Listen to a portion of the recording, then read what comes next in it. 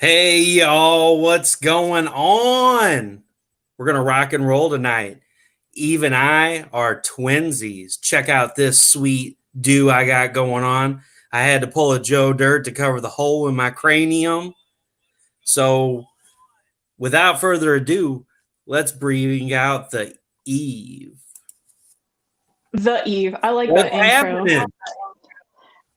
What's not happening?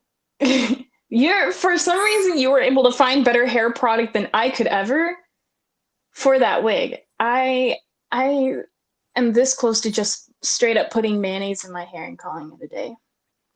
Hey, you know what? I went down to Walmart and I got that C-Wave, that real good, generic dollar stuff, and it works great. Look at how fluffy it is. Are you serious? Because that stuff fries my hair. I can't. I can't. An absolute curl queen is what we got here. We are blessed today. That's right. Well, I've been on quarantine for so long, and I just can't go anywhere and get a haircut, so I've just You been did an letting it grow at-home out. perm. Turns out my hair's naturally curly, I guess. That's a blessing in disguise. Truly. It's just hard to take care of. So, how are you doing tonight? I am doing great, I'm just a couple weeks out from starting the fall semester, so of course I'm knocking out as much artistic work as I can, including right now. So, it's been really cool, and then I've been also connecting with a bunch of people and making sure that I make more friends. Because might as well make friends online while you're in quarantine than going outside and risking getting sick making friends.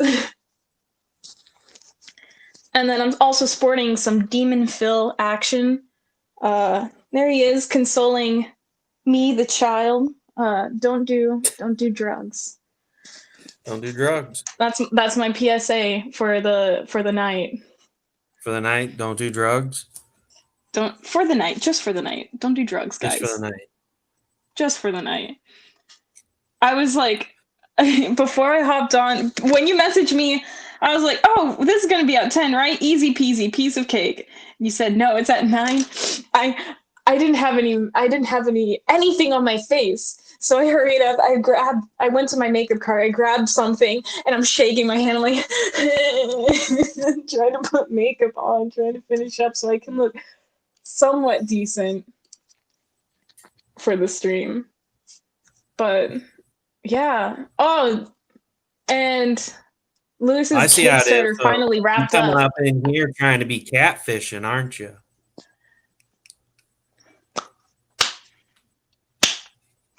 You caught me. Man, what are we gonna do? I'm using Facetune right now for a lot of this stuff.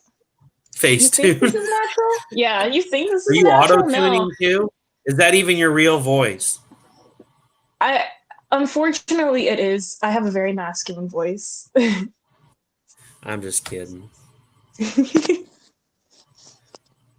So it's pretty exciting, Lewis's Kickstarter just ended with your very first comic cover. How does that make you feel? I honestly was I was messaging Lewis about it. I'm like, dude, this is so awesome because I never thought that I was going to be a comic illustrator. I never thought it was going to happen. I never thought I would do it.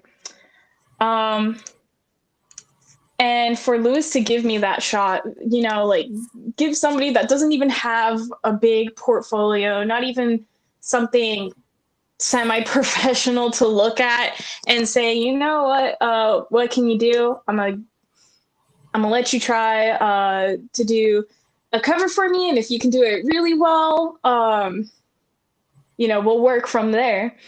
So I'm like, okay, cool, don't freak out. It's your first cover. Your first cover, the cover you never thought you'd be doing. And I did the same thing that I'm doing with yours now. I looked at it from so many different angles. I'm like, how can I make this cover cohesive with the book, yet make it stand out in a sense. How can I put the character and what she is, yet make her stand out? And I went with what I believed, a powerful female character should kind of be portrayed. I always thought that it was kind of weird to see this sort of decline in female characters that hold these massive weapons that take your whole entire body to wield, and a lot of stamina and a lot of strength. So I'm like, okay, so she derives her power from men, and she is a badass demoness lady kind of fighting. So I'm gonna try to make her as powerful as I can. And I was like, okay, cool. Let's just pose her, kind of have a cool what is it called? Foreshortening moment. Give her a little bit more of a tonal definition around her body. One of the things that I did do, and it was intentional, she's a little bit broad in her torso, and I wanted to make it like that so that she looked a little bit more powerful. And I think I did that.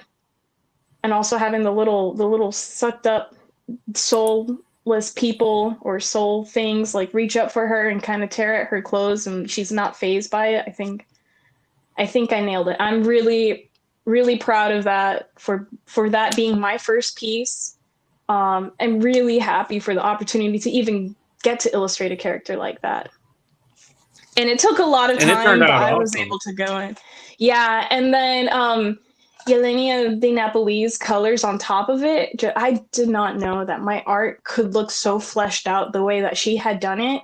And my mind was blown. I was like, oh my God. You see, Lewis's you ears kind are of don't burning. even... Huh? Lewis's ears are burning. His ears are burning? What?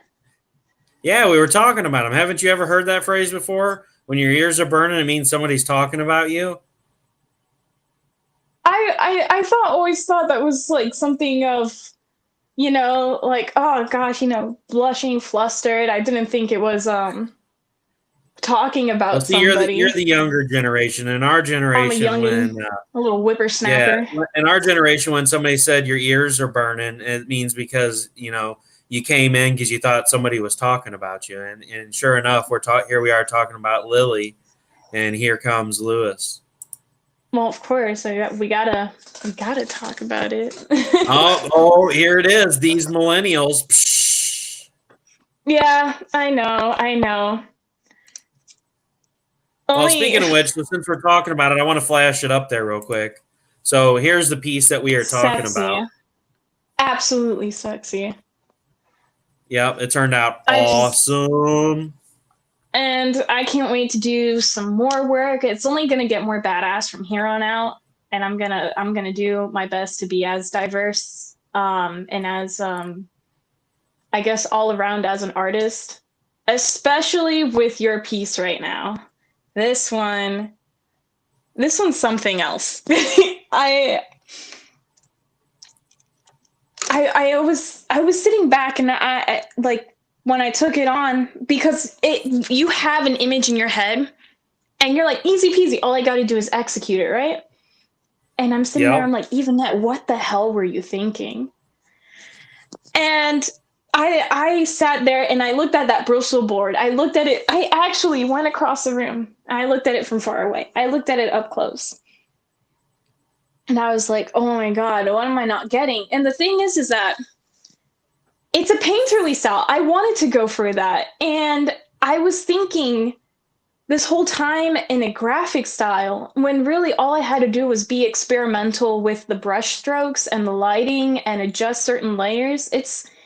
It's a lot more intensive than it is laying down flats and doing cell shading, which is what I typically do with my stuff.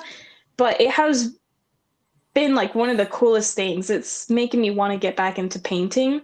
So I really just can't wait to put it all together and then show everybody what it is, because so far, for something I haven't attempted digitally, it's really, really awesome.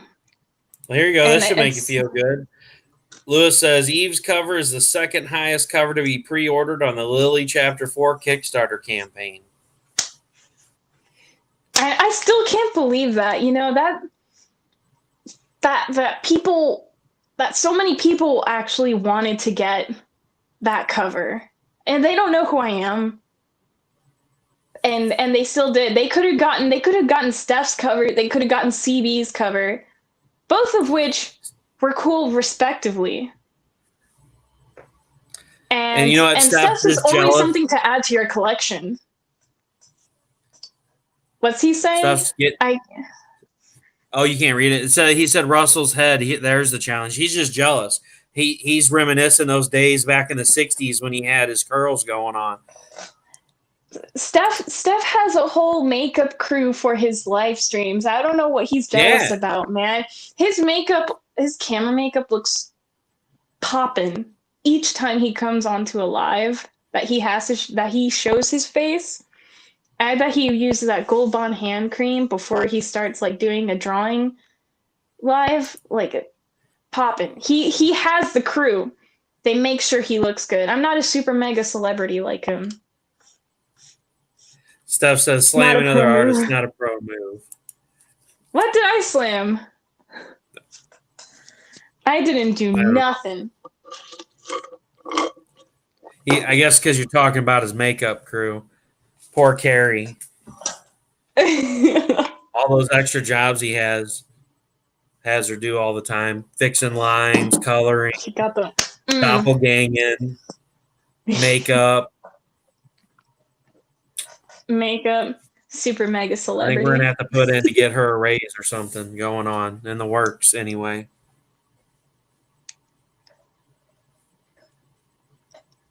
But yeah, that was. So do you have any other projects really cool besides? one. I do. One of which I'm dying to talk about, and I can't. I will be working with another upcoming writer who's been wanting to work with me for their story, and they're currently developing it. And I believe they're also doing a novel style like you are. And they want a cover done. I'm not certain how much I could talk about it. But we have that one going on. There's a lot of secretive things.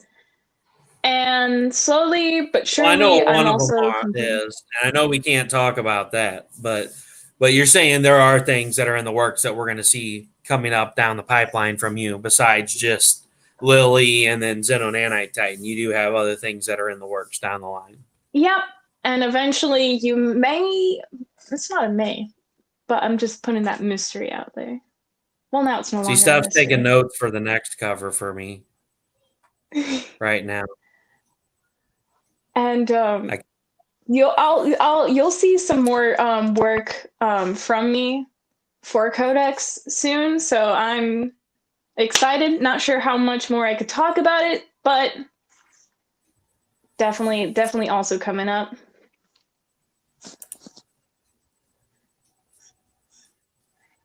I blame the lighting. No, I think an appealing look is going for the Jim Carrey look, like in what's that movie called? Oh my gosh, I can't remember the movie. It's killing me. But he has that musical number. It's like, I'm just a sweet transvestite. No. It's not done yet, Steph. We can't show it. We're gonna show it by the end of this stream.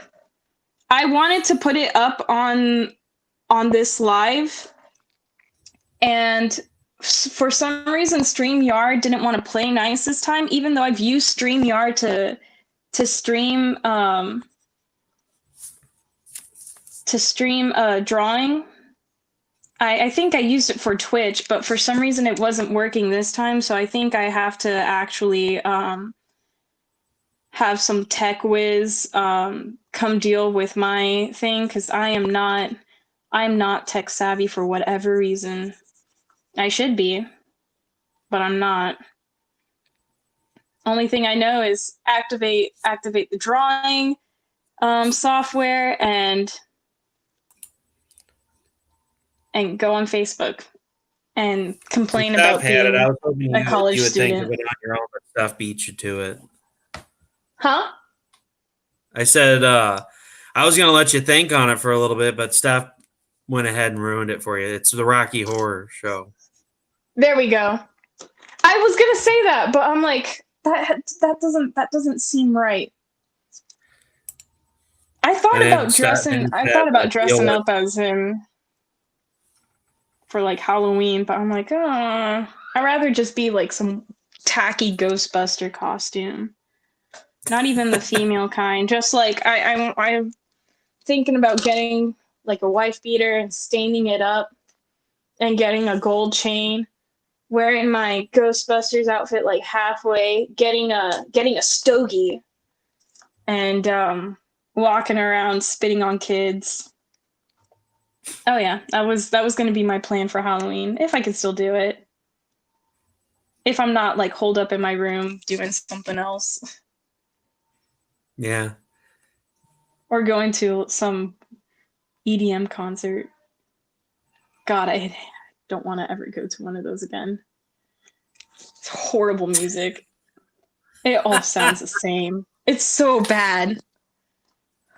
That just it's funny because it takes me back to the first live stream that we were on when you were talking about the first one you tuned in when I was there, and I'm like, yeah, I'm over there, I'm doing fixing drinks, and the music's like, wiggle, squeak it, and I'm like, how did that go again? Yeah, we had a good laugh. That was a good time. Oh my god, the early days of unscripted. What a time. Yeah. So what's your favorite kind of stuff to draw? I mean, I noticed that you do like a wide variety of things. So like I noticed one of your go-tos is more of like an anime style. Is that what you would say your preferred style of art is? I would have never really said it was, but I am trying to get back into the lieu of doing more anime styled things, because the way I want to go with my style is more of a mix of Western versus like meets, anime style, like Western comics meets anime, but not the big bulging eyes and the weird proportions, but I think it's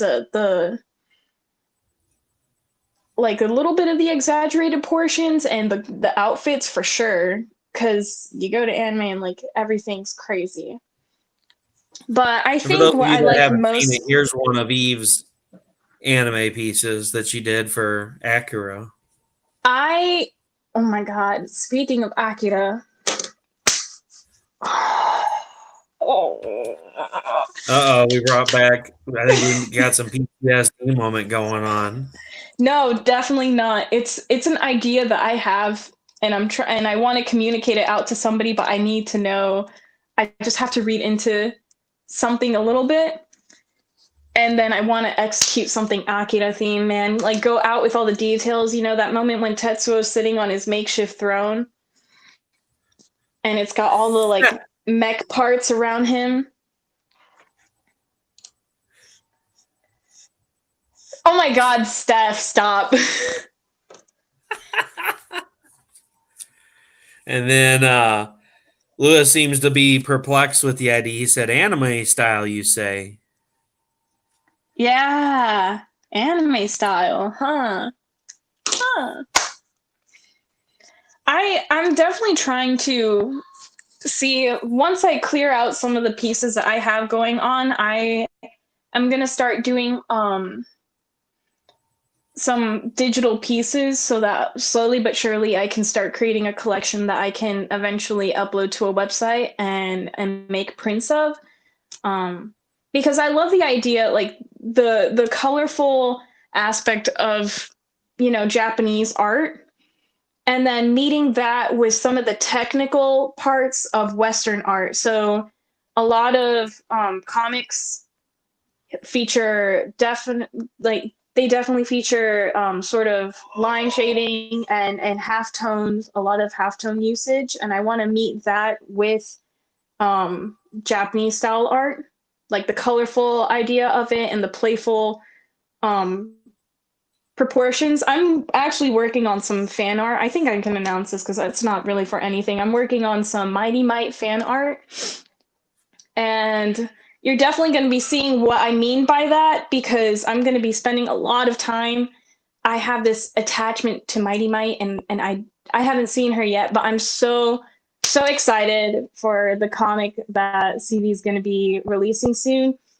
And if y'all who are watching don't know yet, there's a current cosplay competition going on with Wendy, Tom, and CB. They are debuting their characters. CB Mighty Might, Tom Catnip, and Wendy is debuting Critter. Sireness. They're all, huh?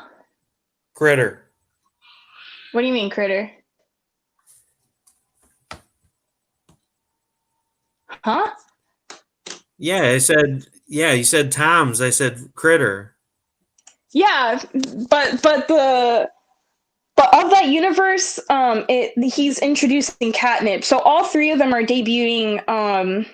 I say debuting without the T. Debuting. They're debuting these characters, and they're all going to start their own comics on them. So I think it's really cool that they're going to be debuting them like around the same time, and also they're putting in a cosplay competition, and I'm pretty sure it's for each cover or one of them. The winner gets $500 for it, and of course their own cosplay cover. I've tried to convince some of my friends because I work in a pretty zany place, and I have some very creative people that do cosplay.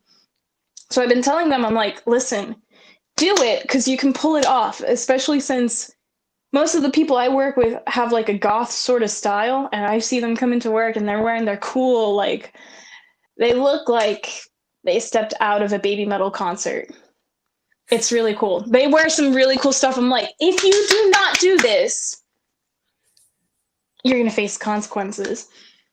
I just can't wait to see I might Luis be Torres. participating in it. Huh? I said I can't wait to see Luis Torres's cosplay. Oh, dude, I'm excited for all of you guys. I hope you guys like wear super short shorts and like crop tops, and then have the pink space buns. Actually, who's doing what? I think Lewis is wanting to do Sireness. Okay, that's hot. And then you were thinking Mighty Might. Who's doing Catnip? Oh yeah.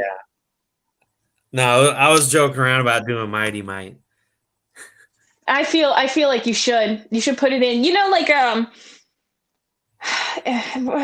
there was an episode where like the Powerpuff Girls had these mega fans, and they were dudes. They were big and like bulky. Actually, I think all of them were like massive dudes, and they cosplayed as the Powerpuff Girls. They had these big helmets with their faces and their hair on them, and then the dresses.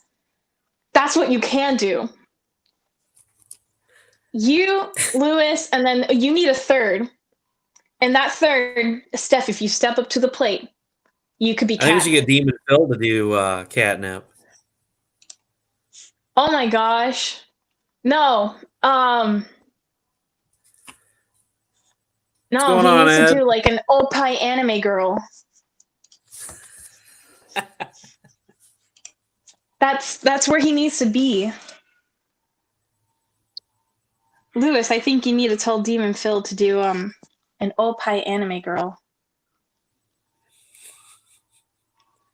Or it'd just be thick Demon Phil, There's always that too.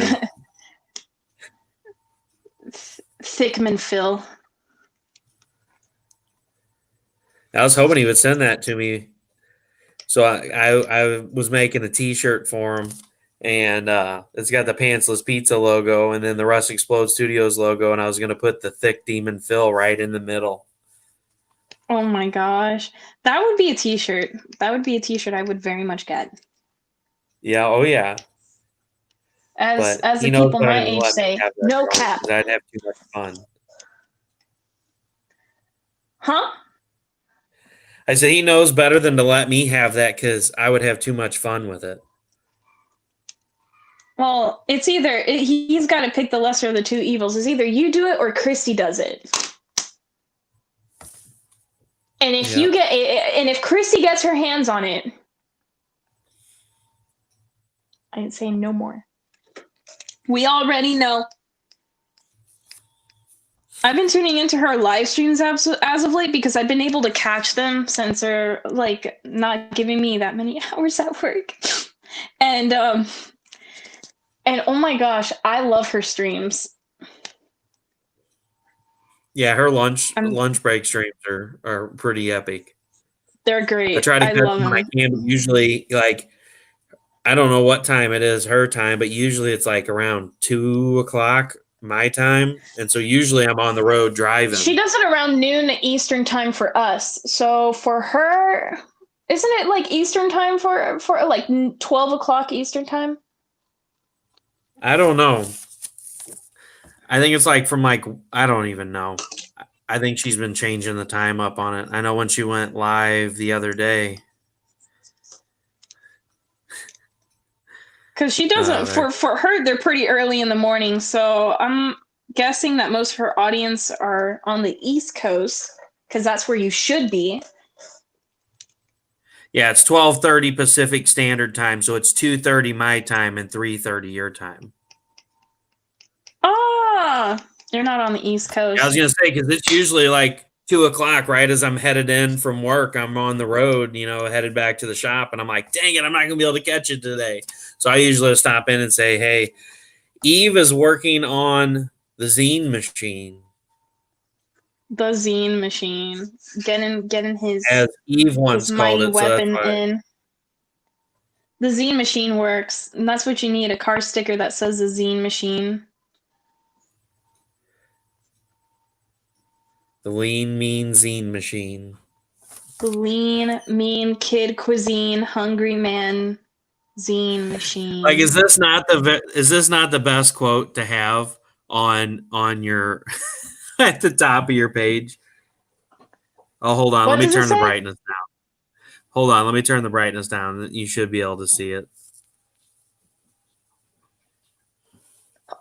I have astigmatism. I was sat down in front of a TV watching Teletubbies when I was little. It's just funny you were talking about it. Whoa, as I dropped my phone and I freaking hit the button. I need reading glasses. It's artists like her that don't make me feel afraid to say what I want and draw what I want, but also I gotta recognize I'm in college and I still want to get a good job. And if they pull up my Facebook profile and it says something like that, I don't know how I'm gonna explain myself. And that's what makes it so awesome, getting on there because you can be free and have a good time and not have to worry about somebody getting butthurt, because if they get butthurt about it, she puts them in their place. She's good. Or she draws them. I love that. Imagine that's the highest form of trolling. Just drawing the people that don't like Mitch O'Connell. Wait, is it? Yeah, Mitch O'Connell. He does that. So for those of you who may not know who Mitch O'Connell is, if you haven't seen in New York City, like right in Times Square, there is a Trump billboard.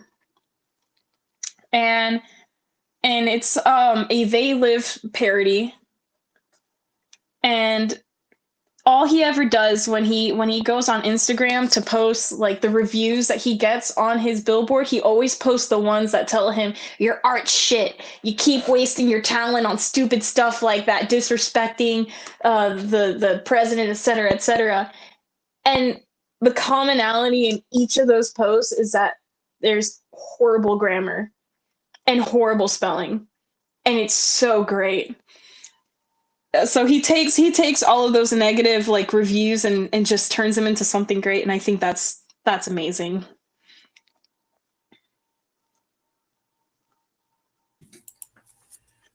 So you said that you had a little bit of time before your next semester starts up. How many more years do you have before you'll be done with that and looking to get out there on the in the field? That's the big question, isn't it? I can tell by the look on your face. I'm going into super senior territory. Into super senior? I'm already in my junior year. Like this fall starts it. And for me to even apply for the degree that I want to get in, which by the way is limited to 30 seats, I have to complete a whole bunch of prerequisites. And to even start the majority of those prerequisites, I have to have college algebra as a prerequisite for them.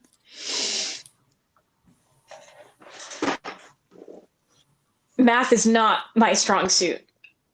I have pushed aside college algebra for so long.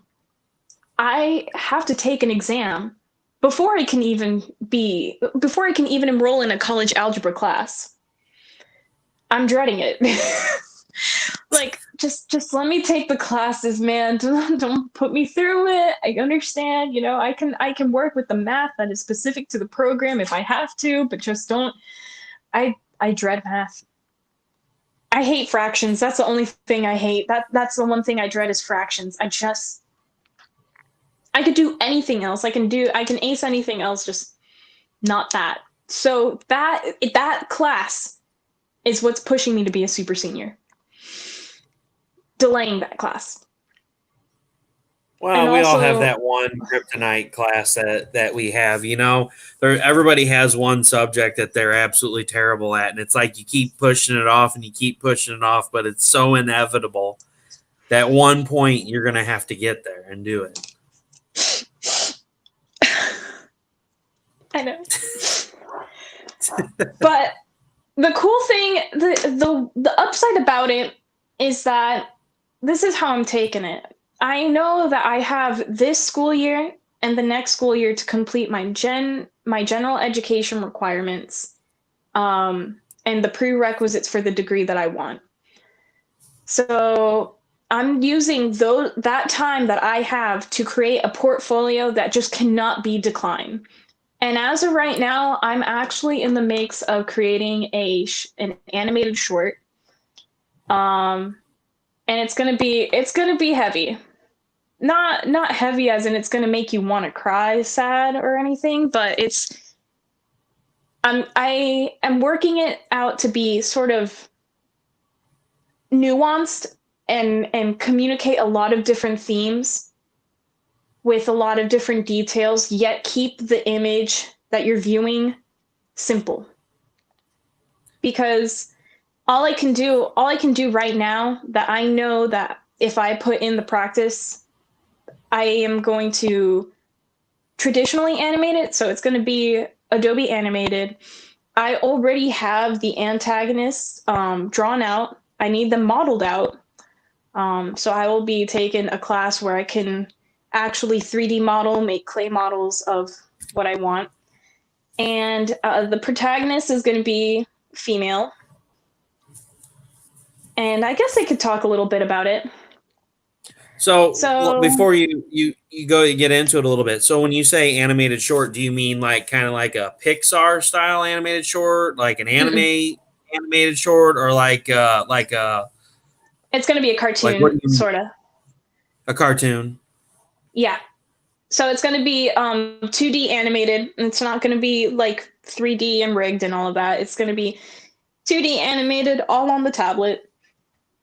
I currently have sketches. I've been having scenes pop up in my head. So each time I have a scene pop up in my head, I just go to my sketchbook and I draw it out as simple as I can so I understand what I'm doing. And I have yet to kind of solidify the protagonist, because in my mind she pops up as Tarna. But I can't have that happening. I need to change her up a bit.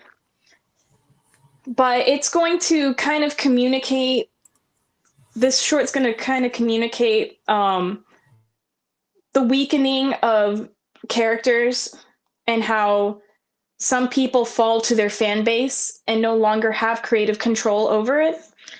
So what it is you're going to have this mighty, I'm going to go ahead and explain. You have this mighty warrior um, looking down from a from a mountain peak. And below her are these like mole-like creatures. And you see like remnants of females, like pieces of their clothing. Um, I'm thinking of even making it gory, particular body parts, etc., etc. And I've always thought that I found it strange that when you first read a comic book, like the first edition of it, you see this character already established and its appearance and what that character is standing for. And some creators have faltered and fell to their fan base, wanting like their fan base's desires, especially fan service. People think I should listen to my fans and put fan service, and it's good to serve your fans. I believe that 100%. And I'm not saying this for every story, because there are some stories where it's just fan service that is the whole point of the story, and that's okay. But I mean, when you have an established character and it's your passion project, your first issue is great, and then you invite people to put their opinions and what they want in the story, and it kind of just declines from there. So I want to show her kind of weakening over time while she's trying to fight off these forces, and then like in a tragic ending. And I want to communicate a lot more. It's a lot of the stuff is going to be visual that's going to be communicated, but it was something that I was thinking heavy about. I'm like, man, I loved that character. I absolutely loved her. She was my favorite. And as they made more issues, she lost what she stood for. And it's like sad. I think the best example of that is Starfire. Because when you read the Teen Titans issues, you see how she has gone through so much. She was born and her sister immediately hated her. She tried to please everybody. She tried to please her sister. Her sister took over the planet and enslaved her, married her off. She was abused, of course. She was put to work. She was put through serious climates and all of these like trivial things. And eventually they both get captured. They get their powers, or their powers enhanced. And she goes to Earth. She joins the Titans, and she doesn't let any of what happened to her affect her. She's this beautiful character inside and out, bubbly, friendly, but knows how to stand her ground. And then I look at recent issues and I'm wondering, like, what the heck happened? Because all you see, I can't read them. I can't read them because all you see is just this expressionless girl who is a nymphomaniac for whatever reason. I understand that from the planet she comes from, affection is the one way like they communicate. It's established. It's established then. The way they communicate is through affection. The way they learn languages is by kissing somebody, etc., etc. But that's all she ever is. And you see it in issues where the male heroes they look at her and they look at her not as a team member, not as somebody capable of fighting. Like there's brief moments where it falters and you're like, wow, that's a nice piece of ass. Like that's what happened.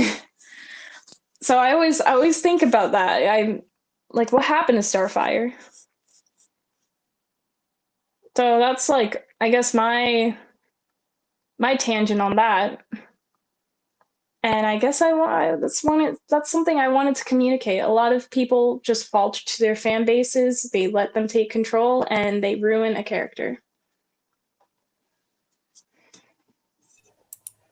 So, what kind of a timeline do you have? I mean, do you have a timeline set that you want to get your animated short done, or is it something that you're looking to do in the future? You just when you have I time. see it being completed probably within a year, if anything less than that, depending on how my classes support my learning and how they support it. I'm going to be taking a design class, a 2D design class, this fall. And of course, I want to have that professor as somebody that I can count on and be able to communicate my ideas and how to strengthen certain ideas. And one of my main goals in my whole entire life is to be a visual storyteller. That's one of the things I've always, ever since I got into comics and ever since I started to really look at them, I was like, man, that's awesome. I understand why people like them. I understand what draws people to them. So I want to be that kind of storyteller that makes a simple picture, but also communicates a lot of nuanced details. And I guess my all-time inspiration is Steve Dillon. I'll always bring it up, preach it all the time. So I kind of want to, my preacher book is filled with bookmarks of little details I noticed, like right here, setting establishment while story pertinent dialogue is being exchanged. And where's my other note? I'm like a big geek for this. I look at it, I'm like, wow. Brief 2 to 3 page intro, interesting intro dialogue, sets up the character. So you don't want to draw out the intro to a character because you want to draw somebody in immediately to like a side character. What's this other one? I have a blue bookmark here. And also adding something that's like vague or interesting, like the character that I had bookmarked here. He called himself unlucky, like he had a lot of horrible luck. I'm like, that's what keeps you reading. You want to find out like why are they not lucky? What makes them unlucky? Why do we have this snapshot of this person going into like a porno video store? Why is that important? And then you realize what it meant at the end of that particular issue. It's really awesome. Let's see, I had this bookmarked.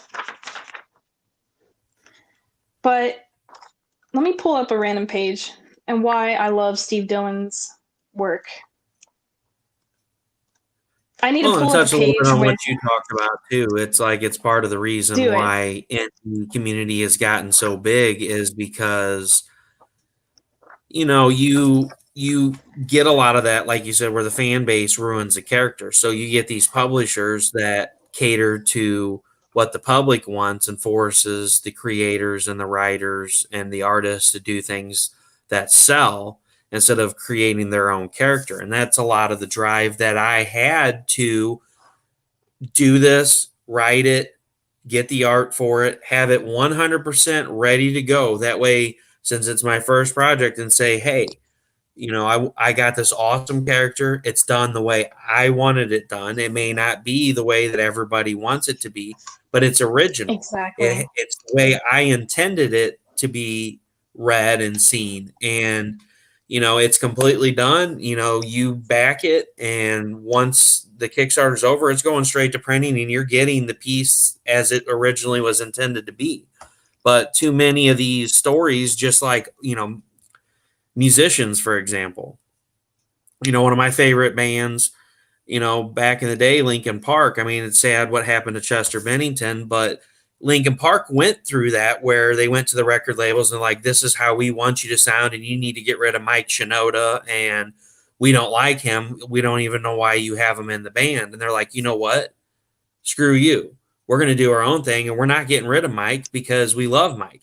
And Mike Shinoda did his own CD and did a soundtrack talking about how they tried to kick him out of the band and how he wasn't an integral member of that. And that's a load of crap. I mean, if you have a band that has these pieces that all fit together, you know, Mm-hmm. you can't just be like, oh, you got to take that person out. We don't like them. There's no reason for them to be there. I mean, and it's the same thing with the story. If you have a character that you added into the story for them to say, no, this character isn't good enough, or this character doesn't fit in here, you need to take it out. I mean, I think it ruins a lot of the creator's insight because somewhere down the line, that creator intended that character to have an important role that played out later on. Exactly.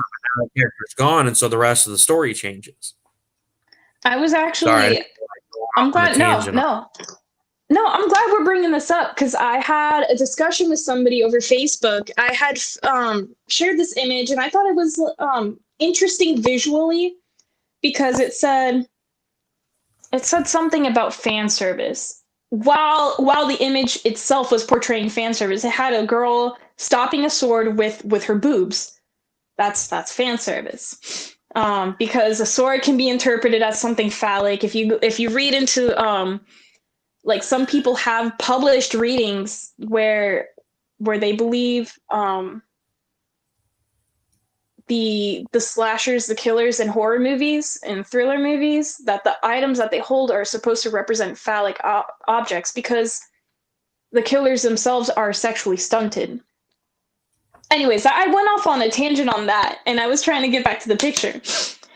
But I was like, this is a visually interesting picture. This is what I like to see. It says something like kill fan service while still portraying fan service. I like the contrast in that. It's an interesting visual. And so somebody mentioned in the comments, they were like, well, should we just get rid of fan service altogether? That's what drives people to buy your book. And I'm like, no.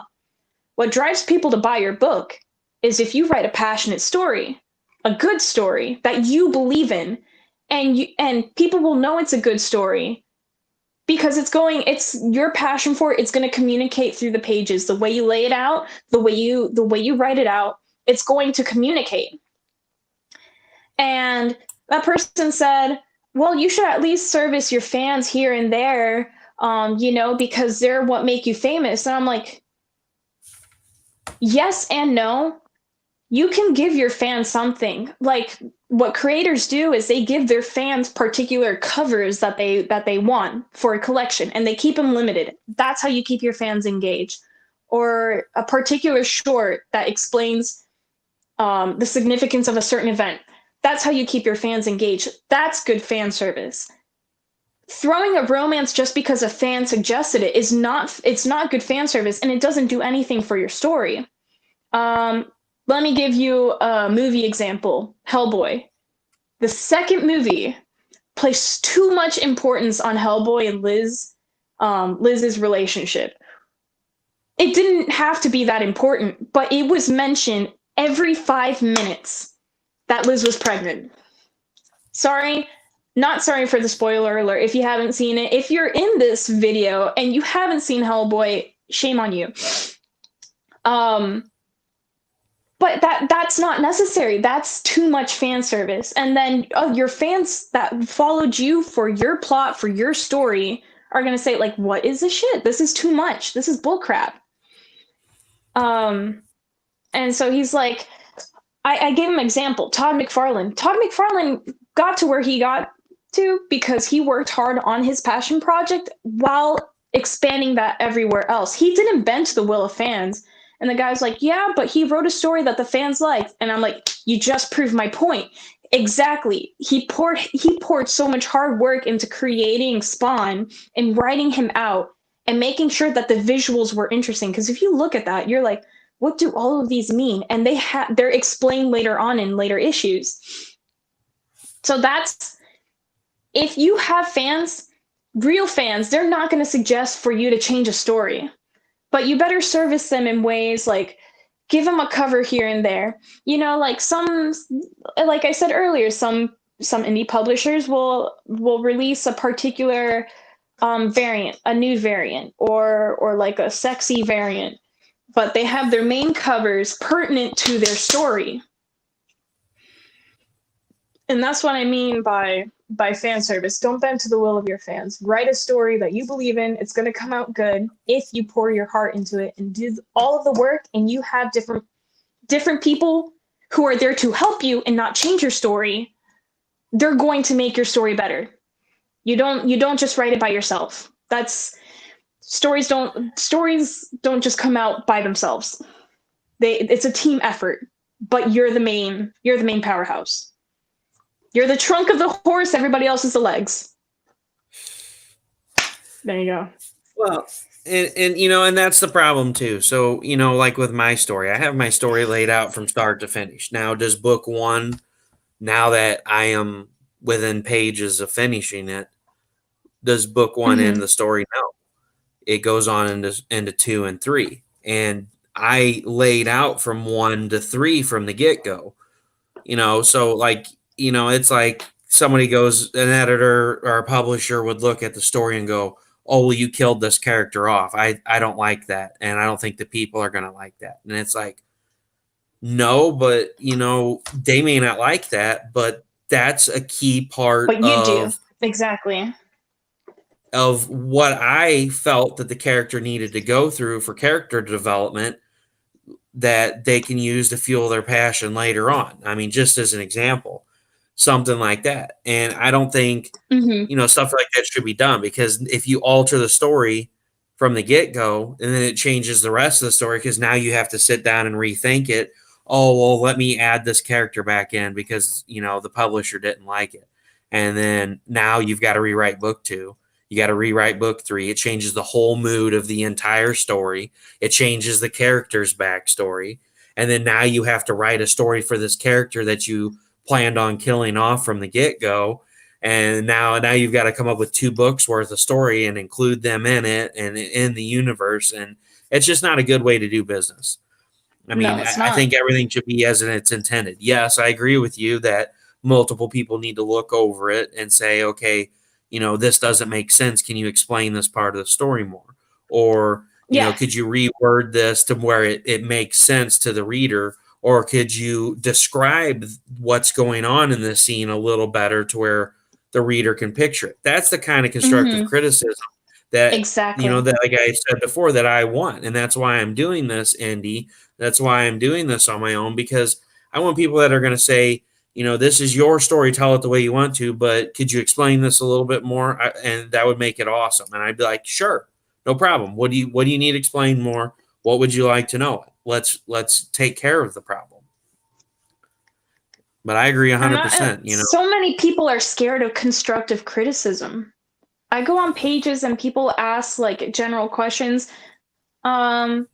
Does anybody like criticism? And I'm dumbfounded by the amount of answers that say, no, I absolutely hate it. Then why are you pursuing what you're doing? Well, I hate when people don't give me constructive criticism. It's like I said on a prior live show. Well, I think it was when I had Chris on. This was exactly what I said.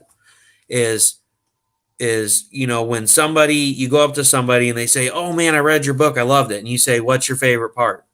And then they look at you and then they go, well, it was just really good. And it's like, okay, you're going to sit here and tell me that you didn't read you it. Really loved the book, but you can't even tell me something that was memorable from it. That's the first thing that irks me. The second thing that irks me is when you give something to somebody and you say, well, what did you think about it? Oh, it was good. Okay, well, was there anything you didn't like about it? Is there anything I need to change? You know, and so it's like, no, it's good the way it is. And it's like, okay, well, I know somewhere there had to be something that you didn't like. You're just not telling me. So what is it? Exactly. I think because people are too scared to hurt feelings. But that's not what constructive criticism is. You tell them constructive criticism isn't, I don't like it. That's not it. It looks weird. That's not constructive criticism. That's not even constructive criticism. I mean, that's a criticism of a sort, but it's not constructive enough. Constructive criticism is when you point out what you didn't like and elaborate on it. Or not necessarily what you didn't like, but something that didn't click with you, you elaborate on it. And if people ask for my advice, I'm like, or ask for a criticism of a sort, I'm like, okay, looking at your piece entirely, you start with all the good first. I love that you did this.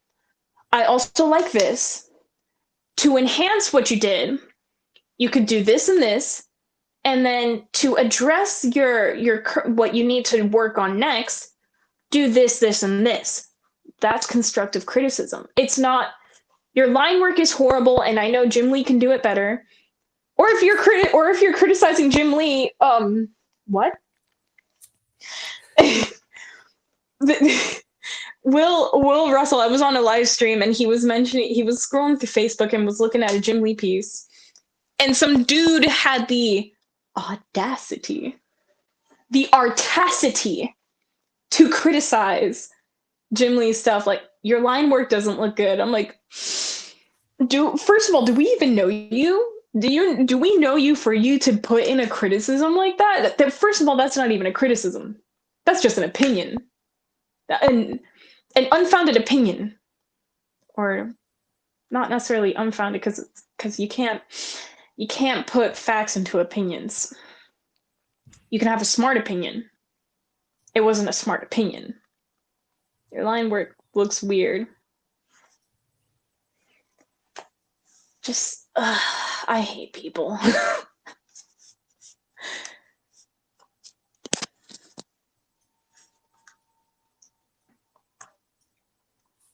I'll be right back, Eve. I have to go take care of a rogue toddler. I know how that is, but we took care of him with a switch. So I'm going to give you the full screen for a minute while I go deal with this, and I shall return momentarily. All right, well, then I'm going to try to give everybody a peek while you're gone. Oh, you're muted anyways. Okay. Hiya. Late night hours, am I right? And it's a good... What is it? Is it a Tuesday today? It's something like that. We're wasting our time. We should be in bed. We're going to complain about it in the morning. And that's on you because you're on your phone. But you're watching me, so that's fine. Let's see if I can get you guys to see what I'm looking at. Oh my god. Here we go. Let's see. So this is currently where the piece is at. So this is unidentified creature as of yet, with the Zine machine riding its back. There we go. So I'm currently, I'm like I said earlier, I'm going for the painterly style. I have a bunch of experimental, I shouldn't really say experimental, but a bunch of abstracted paint strokes that do make up a perceivable image.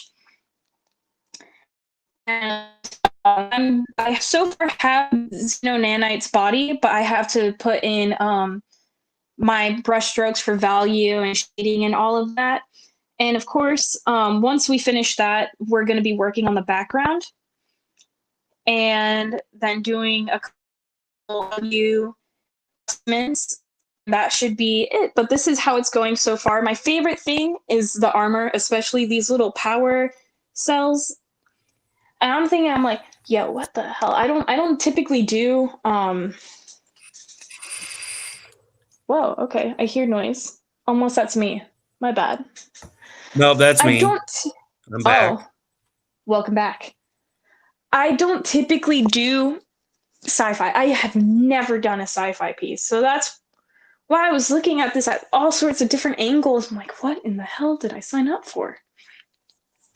But as I got into the fix, I realized sci-fi is the same thing as fantasy, just sharper with more color. Actually, did you see Mike's not question? More color. How long have you been drawing? He said, how long have you been drawing and writing? Writing, that's a weird question to answer because when I was little, I thought I was going to be a book writer. And I used to sit at the computer and write about my day. I'm like, oh, my dad made this for dinner. I don't like it, but I'm going to go eat. So I'll see you guys later. And I wrote like pages and pages of just things I was doing. It was more of a diary than anything else. When I got into my early teens, I was role playing. So I used to do a lot of fantasy based role play. I never really did any fighting style role play, but I always took on the role of an androgynous, pretentious character, a scholar. And I liked the idea of having an androgynous character because it didn't define, I wasn't defined by masculine or feminine traits. So I can switch from doing one action to another and it would have been fine, even though I was like an androgynous female. So I was doing that for about like 5 years. And then I got into high school. I didn't really do it. I wasn't doing a lot of art in high school because I thought I was going down the med field and, I was brushing up on my studies and making sure I was doing well with those. And then senior year came around. I realized I just started crying in my classroom. I'm like, I don't want to go down the med field. I don't see myself going to a job where I can't spend enough time doing what I think I would love and working so long for it. So I went to my parents and I said, I want to do art. And from that moment, I started taking my art seriously. And it was around the time I started getting a more invested interest into comics. My first comic book collection, like the first series I started collecting was Tank Girl, which is really weird, but really awesome. So I think that's my first introduction to indie. And I didn't realize it yet. I was like, man, they're not in the big two. It's not Marvel or DC, so what is it? And then the next thing I got was a Lady Death when it was part of Boundless Comics. So it was an issue 0. And that issue, sorry, itchy nose, invert, sorry. That Don't issue touch your started face. inspiring me. Do like a Prince move. That started inspiring me to draw, and I was just drawing Lady Death and Vampirella. I was switching between the two all the time. Those were and are one of my top favorites to draw. Oh, I have the sensation that I'm gonna sneeze, but it's not happening, and I don't want to. So I was drawing between Lady Death and Vampirella, and then I moved to a new neighborhood, and I have a neighbor that runs a like a collectible / comic shop and said, you could do much more with this. So I started doing more comic-based illustrations. And eventually I followed Todd McFarlane because I didn't know who he was. And I was 18. I was like, what is a Todd McFarlane? And I started looking at his art. I'm like, dude, that's badass. That is so cool. Started following, started interacting a lot with his Facebook page. And eventually I met one of my first mentors, Will Torres, not Lewis, Will Torres. And he messages me out of the blue, wants to call me, and I'm like, I don't know how to handle this because I'm not certain how this is going to go. And I think I could talk about it now. It's already released anyways. So he is an independent comic writer and illustrator. He's been illustrating for years professionally, also doing a bunch of blank covers. That's his main thing of work. And he is starting his own comic label. And he asked me to do a pinup piece for one of his books, which is The Saint of Assassins. And I said, okay. And I'm like, I think I just got my first comic related gig. So I do the piece, I ship it off. He inked it and I posted it on my other Facebook that I'm not active on. So if you do not have me on this one, add me on this one, please. If you're active. I know, Mike, I'm going to send you a friend request because I had you on my other one. I don't think I have you on this one. But I'm like, oh my God, that's my first comic piece. I didn't think I'd be here. And I used to talk about it all the time in high school, how cool it would be to illustrate for comics. So I'm like one step there. And then I started becoming I started using the collector's corner frequently. I started posting art and fan art and a bunch of art. And when I got that pinup piece posted, that's when I kind of started getting a little bit more traction. And I started doing live streams of my drawing processes, et cetera, et cetera. And then the first real, then it was Lewis. And then that's how it started.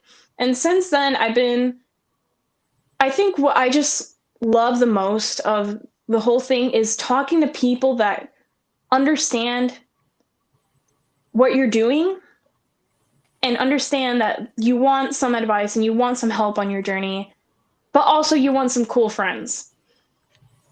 And a lot of the people I've met a lot of really cool people through it. And I've turned down a few things just because it doesn't morally agree with me, or it just doesn't agree with me right now, because of course I'm still a college student. I am a lot younger than a lot of the friends that I have and a lot of the people that I communicate with. So I have to be careful with certain territory that I tread, but I still love doing the work that I do, and I'm so happy each and every time like I get to talk to a creator, and they give me the time of day, and they talk to me about what they're passionate about. I think that's cool. Is talking to a creator and hearing what they're passionate about, and you hear it when they're talking to you, and you talk with them. And you're like, yeah. Just keep on talking. Just keep doing it. And then eventually you gain their trust, and they tell you about the other things that they're doing, and then you get to have that sort of confidence in them to talk about what you want to do. And that's how you just build really cool friendships. And it's been a really cool ride, and I know it's going to be the one till I die. I don't think I'll ever stop. President. Well, yeah, a lot. See, I don't get along well with people my age. I mean, there are some people that are my age that I do get along really well with, and of course, those are just a few friends from high school, which I'm proud of. And the people that I associate myself with each time I go to college on campus, or in a particular chat of some sort.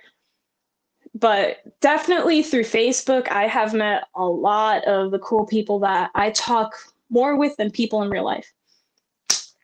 And it's because you just have common ground to talk about. Everybody knows Lady Death. Well, to Everybody touch knows base on Vampira. that a little, Go for it. well, to touch base on that a little bit too. So it's like, in times are different now, and like you said, you would have, now you can go online and find that group, and it was hard for us back in the 90s to be into the Marvel and DC and all that stuff, Exactly. because then you were a huge nerd and everybody laughed and made fun of you, and you always had that group of 4 or 5 kids that sat around with their magic cards and stuff, and it's like you weren't the That was cool me in high kid, and school. it's like times have changed so much now that there's a way more people that do it, and it's I don't know, it's really crazy to grow up and see the things that I was into when I was a kid and how they were looked down upon, and then now it's just like It's everybody kind of loves it. irksome. It I is. find it a little bit irksome because I was that weird kid in middle school, and I was weird looking too.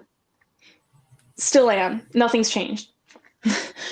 um, but I was really into anime. I was really into anime. I have a Black Butler backpack in my closet right now. Like, I was really into it. And people used to call me anime, and they said that one girl that's into anime. And what's funny is that as much as they said that, they said we all know that you're gonna be drawing anime in the future. We all know that. Ever since middle school, people always knew. I'm like, nah, I'm gonna be a doctor. Way to disappoint. But it's kind of crazy. And then the things that I started getting into when I was a junior in high school, so literally 5 years ago. Like comics, I find it just a little bit irksome that a lot of people are into comic culture but not into it. You know, they're just into the cinematic part or the amusement part of it. I'm like, oh, dude, that's a sweet Silver Age shirt. They're like, what do you mean? I'm like, cool shirt. Anything else I can help you with? You know, it's Well, just it's and you know weird. that brings to light some of the reason why it has changed. You know, the Marvel Cinematic Universe with the way they brought the Avengers and introduced each one of the characters in their standalone movies has really brought people to the forefront that are diehard into those characters, but they're not necessarily comic book fans. And like you Mm-hmm. said, so it's just interesting. It's so weird. It's so weird for me. But what is great is that it gives indies a really big step into the game. Not that anybody wants to be like the big two. I mean, unless you want to be like, that's on you. Just don't waver in your values, please.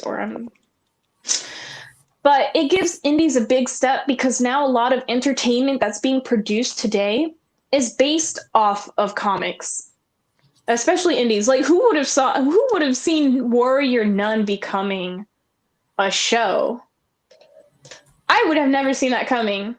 And the boys is what's really kicking everything off and starting the idea of going to comics and creating entertainment off of that. The boys is perfectly timed, and I'm just waiting for Garth Ennis to create that cross script because you know I'm gonna be at that movie theater with my crossed makeup. I'm so ready for it to happen. It's gonna be the best horror movie when it comes out, when it happens, because it will happen. It has to happen. And it's so relevant today. It has to happen. But I'm liking what I'm seeing. A lot of people going back to comic culture, picking up on things. Now, this is where I want to see more. Writers and artists have this sort of responsibility, whether they know it or not, to communicate certain ideas and certain things that are happening. Whether they know it or not, they're doing it actively. And I want to see people really do hot takes. I mean, like touch the stove and you melted your finger hot take on today's culture and really take it behind the scenes. And instead of just wanting to see that, I I feel the need to communicate that in a story that superficially says one thing, but the nuance tell another thing. So that's my reason into wanting to become a visual excuse me, a visual writer and a visual artist because I want to communicate all of these arguments that nobody's talking about because the super sensationalized popular ones are taking more precedence.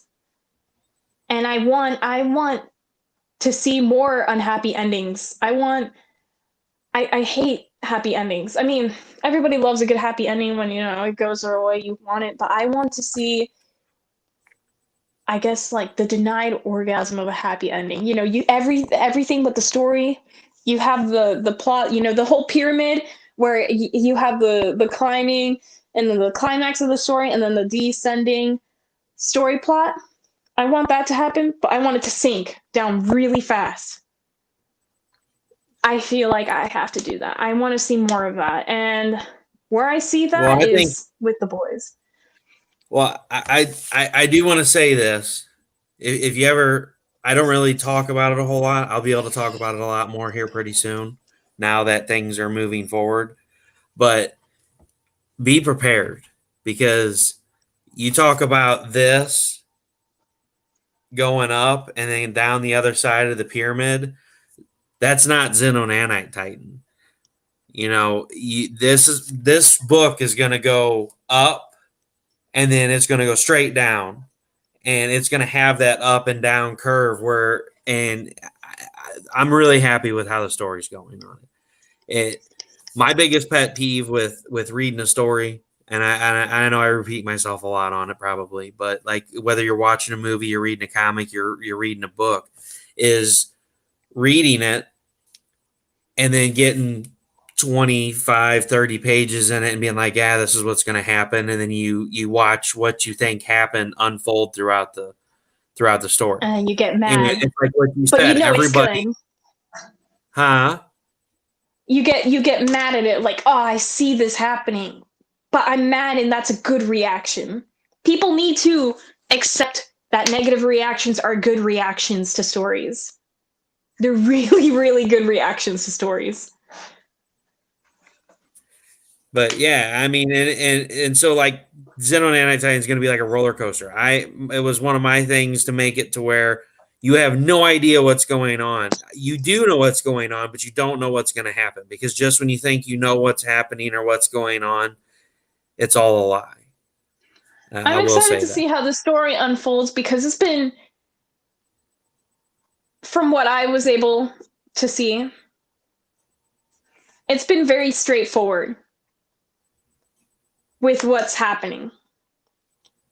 And I'm excited to see that pattern just mess up for me.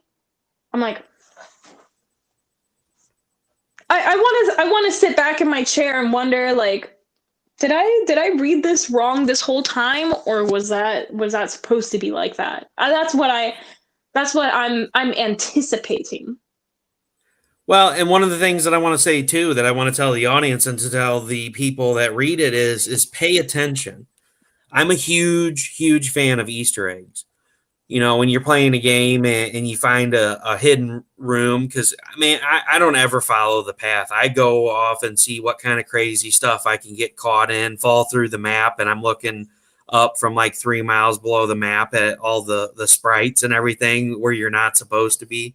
I end up there quite a bit because I explore, and I'm like, and it's always awesome feeling when you're just like, oh, there's got to be something over here, and you go over there and there's this little hole in the wall and you look through it and there's like an Easter egg inside of a cave from another game.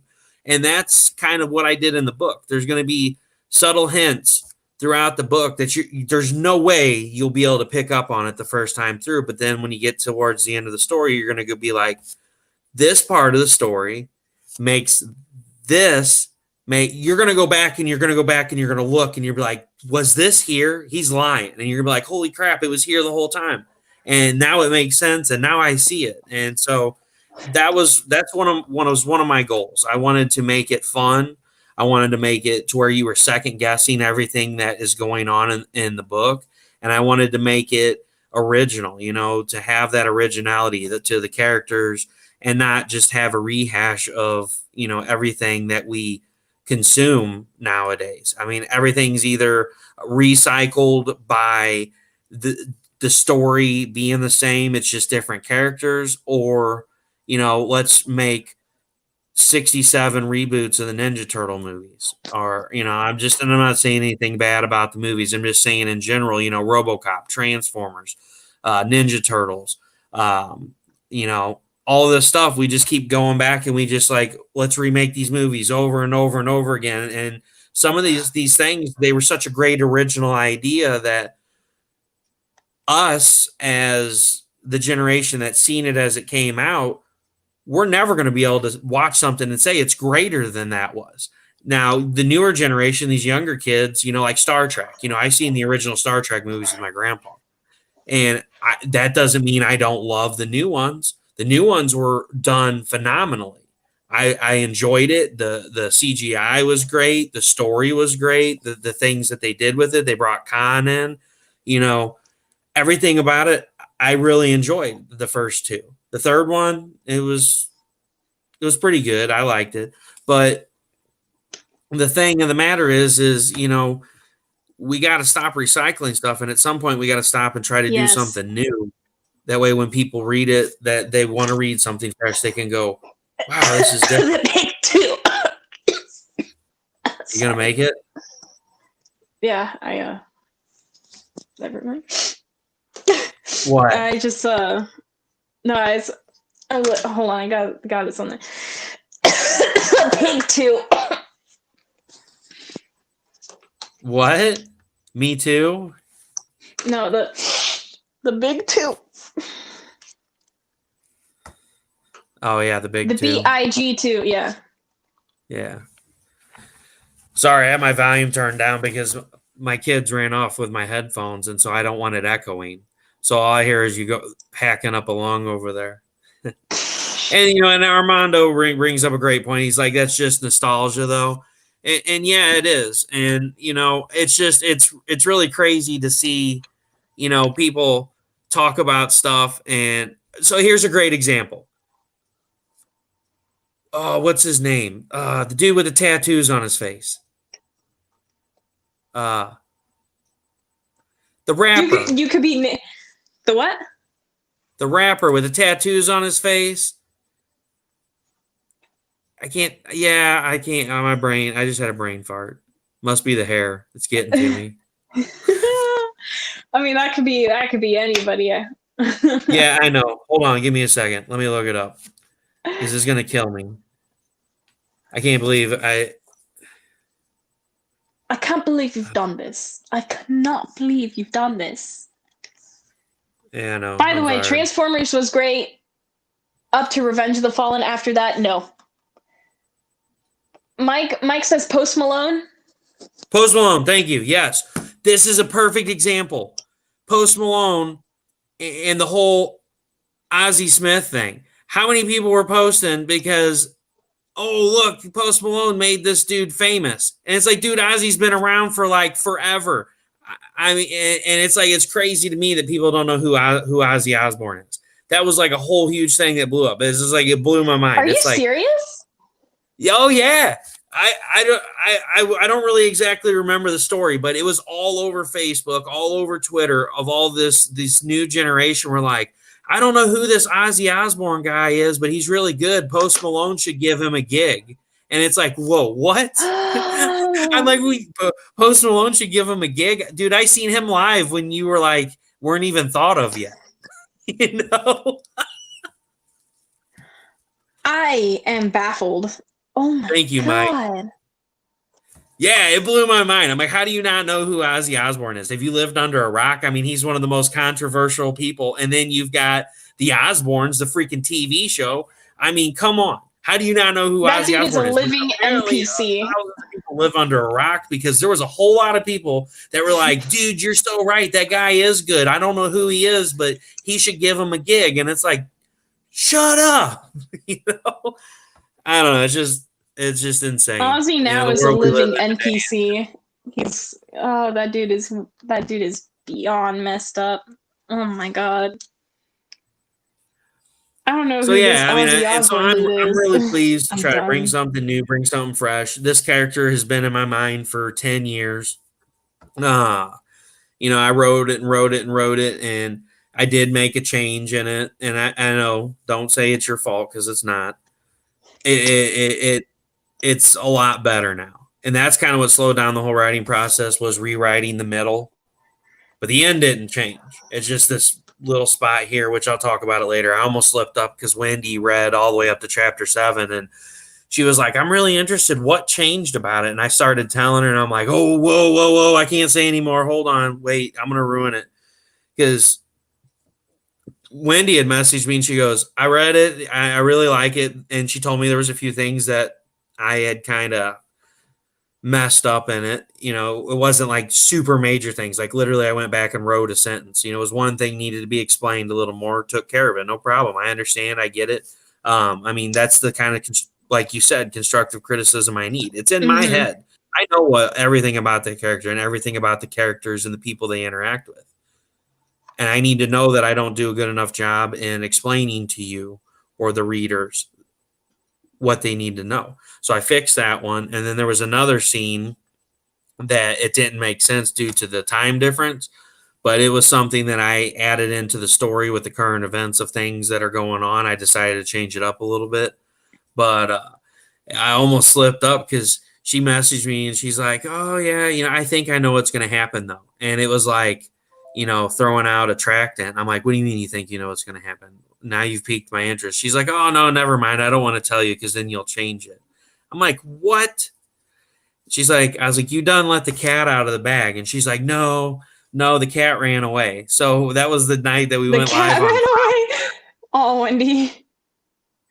So that was the night we went live on CromCon back in July. Or no, Okay. it was the beginning of this month, beginning of August. My bad. So anyway, it was back at the beginning of August, and so it was like 30 minutes before CromCon was getting ready to start. Have a good one, Ed. And so Wendy was expecting a StreamYard link. I'm like, you know what? I'm like, I'm gonna trap that cat. So I sent her the StreamYard link, and so she got in there. I was like, "Ha! I caught you!" Or like now, because she said it was too much to type. I'm like, now that we're face to face, and you can tell me, what do you think's gonna happen? So I was really interested to hear what she had to say, and I was really interested to know that she was completely wrong. So that made me excited. That means I did a good. Not to rub it in. Not to rub it in. I'm just saying that warmed my heart up. Thanks a lot for being here, Armando. Thanks for being here, Ed. I understand you guys have a great night.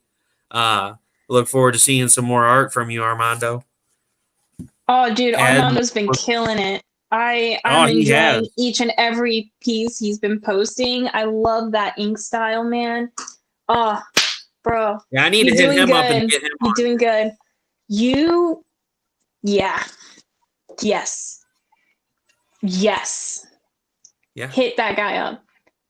Yeah, I've been going through the list of people that I'm friends with, and I got a list made up of people I'm going to contact because I got some dates I need to fill. So I'll definitely shoot him a message over. I don't know if he'd be interested or not. He's pretty busy, but I'll try to make it happen. But yeah, no, I was, it really made me feel good. I was like, oh, okay. I was like, because that's never what you want to hear when somebody's reading your book and they haven't finished it and they don't have access to the rest of it to finish it, and then you're like. Mm-hmm. Okay, do tell. Like, now what? I wasn't prepared for this one. Oh, cool. I'll message you tomorrow, Armando. Yeah, have a good night. So, but yeah, so I was super stoked about it. I was like, yeah, she doesn't know. Because I'm like, Wendy's super smart. I'm not saying that anybody else is stupid, but I knew of all people if Wendy would figure it out. Well, get out of here, clown. So I knew if anybody would figure it out, Wendy would. And so that's one of the reasons why I sent it over to her right away. I was like, so what do you think so far? And so, yeah, no, I'm pretty stoked. And I'm really excited to get her the rest of it because it's going to blow her mind, like mind blown. There's only 2 people that know the significance of the end of the book, and that's just because they did the pieces for it. So the second to last for you. I'm coming for your son. The second to last piece and the very last piece tie together. So it's going to be pretty awesome. Everything that has been, every piece of art that has been submitted for the book has been so, I love just the diversity in the styles. And I love that you challenged each and every artist that you wanted to something that they're not used to. And that's what I love that I'm seeing through all of these different pictures. Like, we all know Steph and CB are known for doing their female characters. That's what they do the best. And you challenge them by creating this male character, and I'm like, dude, that's brilliant. And I think that's one of their best pieces, to be honest. For me, my favorite pieces are the ones that you have never encountered, like you have never drawn before. Like, yeah, there's Steph's. I love Steph. When I first saw Steph's piece, I'm like, dude, that's probably one of your best. I love it. Oh, excuse me. And then there's CB's. Yeah, CB's is gorgeous. And I just love both of the pieces. I think they're out of the comfort zone, and I think that's the beauty of it.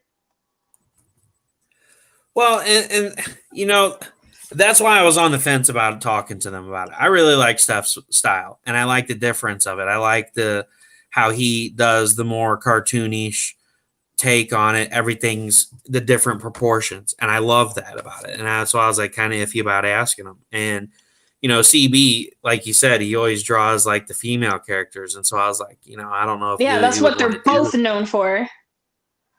Yeah. And it's not even just that. I've ran into the roadblock, which has kind of made me a little butthurt, I guess I could say. There's been several of them that I'm like, I really love your art. Would you do a piece? And like, no, I don't do new characters. I'm like, well, it's not a new character. It's already been done. Well, it's still a new character. It's not one of the mainstream characters. And I'm like, oh, okay. I don't I know. know, like, don't you want like to have the credit of having done a beginning character? There's Well, I nothing mean, that here's my makes you look thing. stronger as an artist than doing a new character, because that means that you actually activated the big brain power to create the character, and you're just going off of a description. That's the difference between a fan artist and a visual artist. Well, and that's what's been really cool about it is I loved giving you guys a challenge because I had the base piece, which was Ed's piece. Hold on, we got a comment. I'm in the wrong menu here. That is a crazy piece from stuff. So I mean, so here was the first piece that I had commissioned. That's Ed Williams' piece.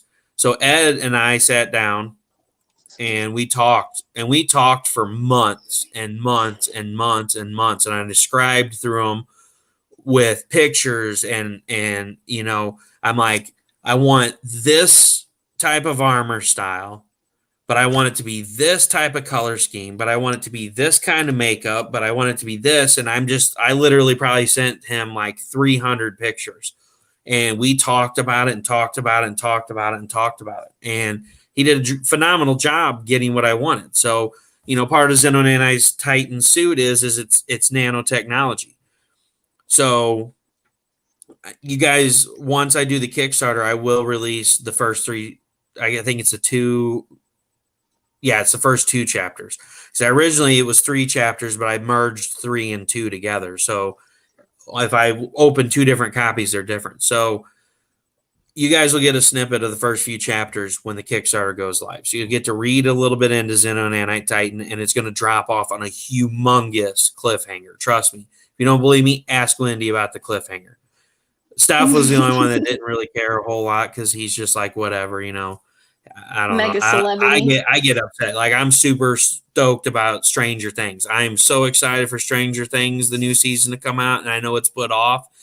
And, so here's an example. So Breaking Bad, I didn't start watching it until the last season was starting to come out. So that way, by the time I got done watching the first, I think it was the first 4 seasons, season 5 ended, so I could go back and watch all the episodes. I don't like waiting for stuff. And so That's me with The Boys. I dread waiting. Oh God, I hate it so much. So that's why I did what I did with the first couple chapters. I sent it to Wendy. I let Tiffany read it, and at the end of it, it showed the next chapter. And as you scroll down, you're like, oh, okay, good, there's more. And then you scroll down, and there was nothing underneath of it. It was just all a blank page. It was just the header for the next chapter. And Tiffany's like, my wife, she's like, really? You really stopped there? And I'm like, you did this. oh, yeah, why? You really gonna do this today? And so, I will release that so you guys will get the whole, a little bit into more about the suit. But Ed did an excellent job.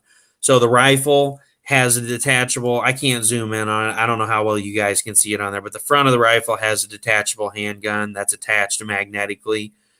He can detach that. And the weapon that he's holding, which is why you'll see throughout the different pieces of art, so this is one of the second piece of art that I had commissioned that's for later on in the book that was done by Finn.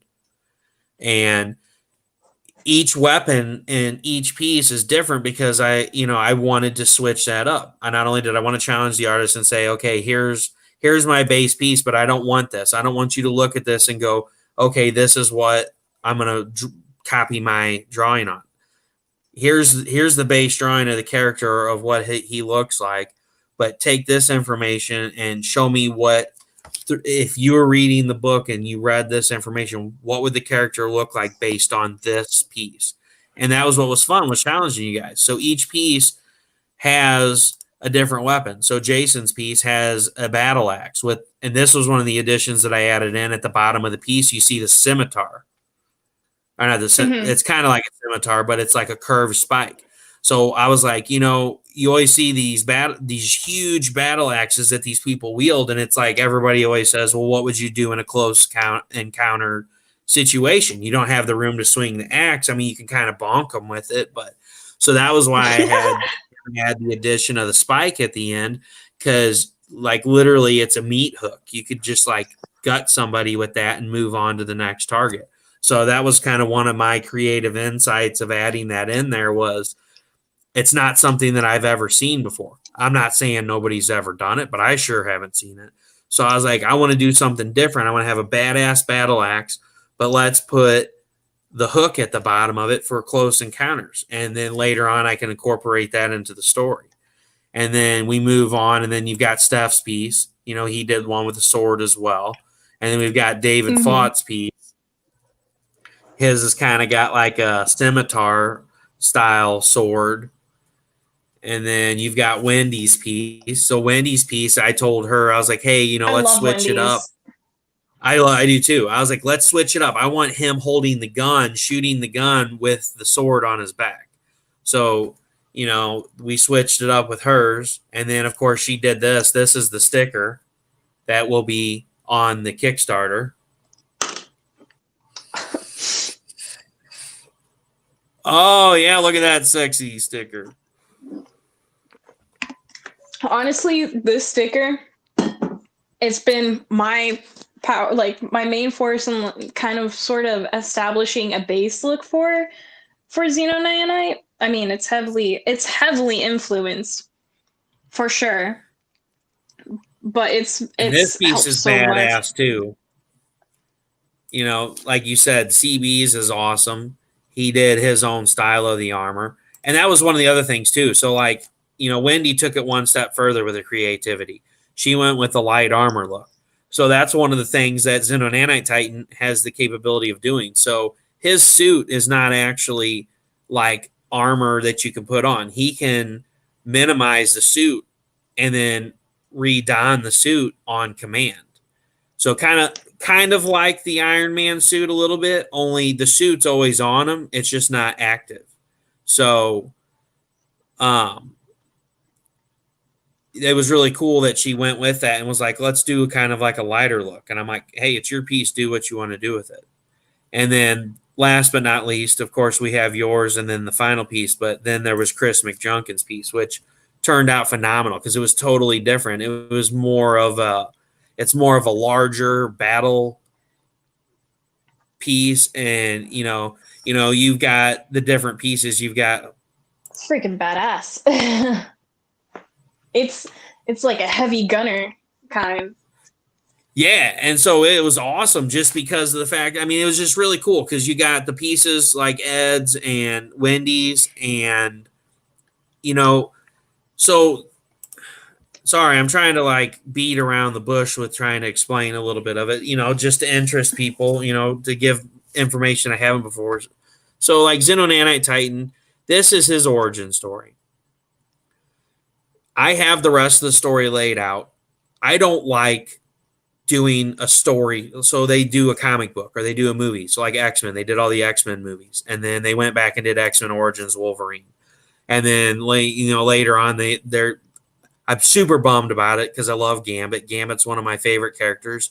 Russ Explode Studios should give that away. He has the ability to touch objects and turn them into a high explosive and throw them, and it blows stuff up. When I was a kid, that was one of the coolest characters in the world to me. I freaking loved Gambit, everything Gambit, man. And it was just because of having that ability to touch things and make it blow up.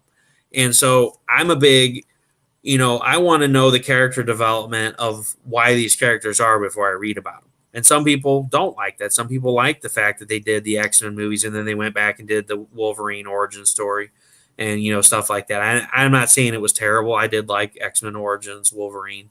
I'm just using that as an example of instances where they've done something and then gone back and done the origin story. But yes, and the big explosions, Mike. Sorry, I had the overlay The thing big open and it got stuck. explosions. Yeah. And so, this will be the origin story. There will be a ton of action. There's going to be a ton of information that's going to be thrown at you. It's going to be, here's Raziel Stevens. He's a dad. He's got a wife and kids. He gets called off on an assignment, and so this will be the story of how Xenonanite Titan comes to be. Now, it's not exactly going to end with him fully being Xenonanite Titan, but it will basically give you the impressions of what you need to know for Xenonanite Titan. But this will be his origin story. It'll be why the suit exists, how the suit exists, how the suit came to be, what it's made out of, what its capabilities are, what capabilities he learns that it's able to do because it's a new technology. It's not, that's something that's always frustrating too. It's like you see somebody that gets, they get this suit and then they automatically know everything on it and how it works. And, they never stumble along the way. And it's like, how realistic is that? So there's going to be spots where Xenonanite Titan, because he's not a soldier, he's not a hero, he doesn't have superpowers. He's just an average, everyday research and development dad that gets this tech and he's using it. And yeah, he's going to screw up. He's going to do something that he didn't want to do. He's going to slip and fall and do something. I mean, I can't say too much. I'm going to slip up and say something. I got to watch it. So, that's what this is going to be about. That it gives you a pretty much of a rundown of it. You got a family guy that has a job. He's not a soldier. He's not a hero. He doesn't have superpowers. He doesn't end up with superpowers. He's just a normal, everyday guy that in book 2 will be Xenonanite Titan. And everything you need to know for the character, about the weapons, about the suit, about what happens to him, what happens, what his story is prior to when he becomes a hero, if he becomes a hero. We don't know that. You'll know everything you need to know. Where's the Steph Pool cover? I don't think I loaded that in here, Lewis. And I don't think it's on Google Drive either. Otherwise, I could throw it on here real quick. I do have this super sweet piece that I am super proud of. Like I was blown away by this. And this was honest to God freehand. I sat down, I sketched it, I inked it, I went through and erased my pencil lines, and then I colored it. What's his face? I watch My Hero. I don't know all the names. I just know the names of my favorite characters. That's it. God, it's not Dobby. It's Shinoshi or something like. I don't know. I don't watch My Hero. I don't watch My Hero Academy. I think you'd like it. I think you'd like it. I don't have time. To be honest. I understand.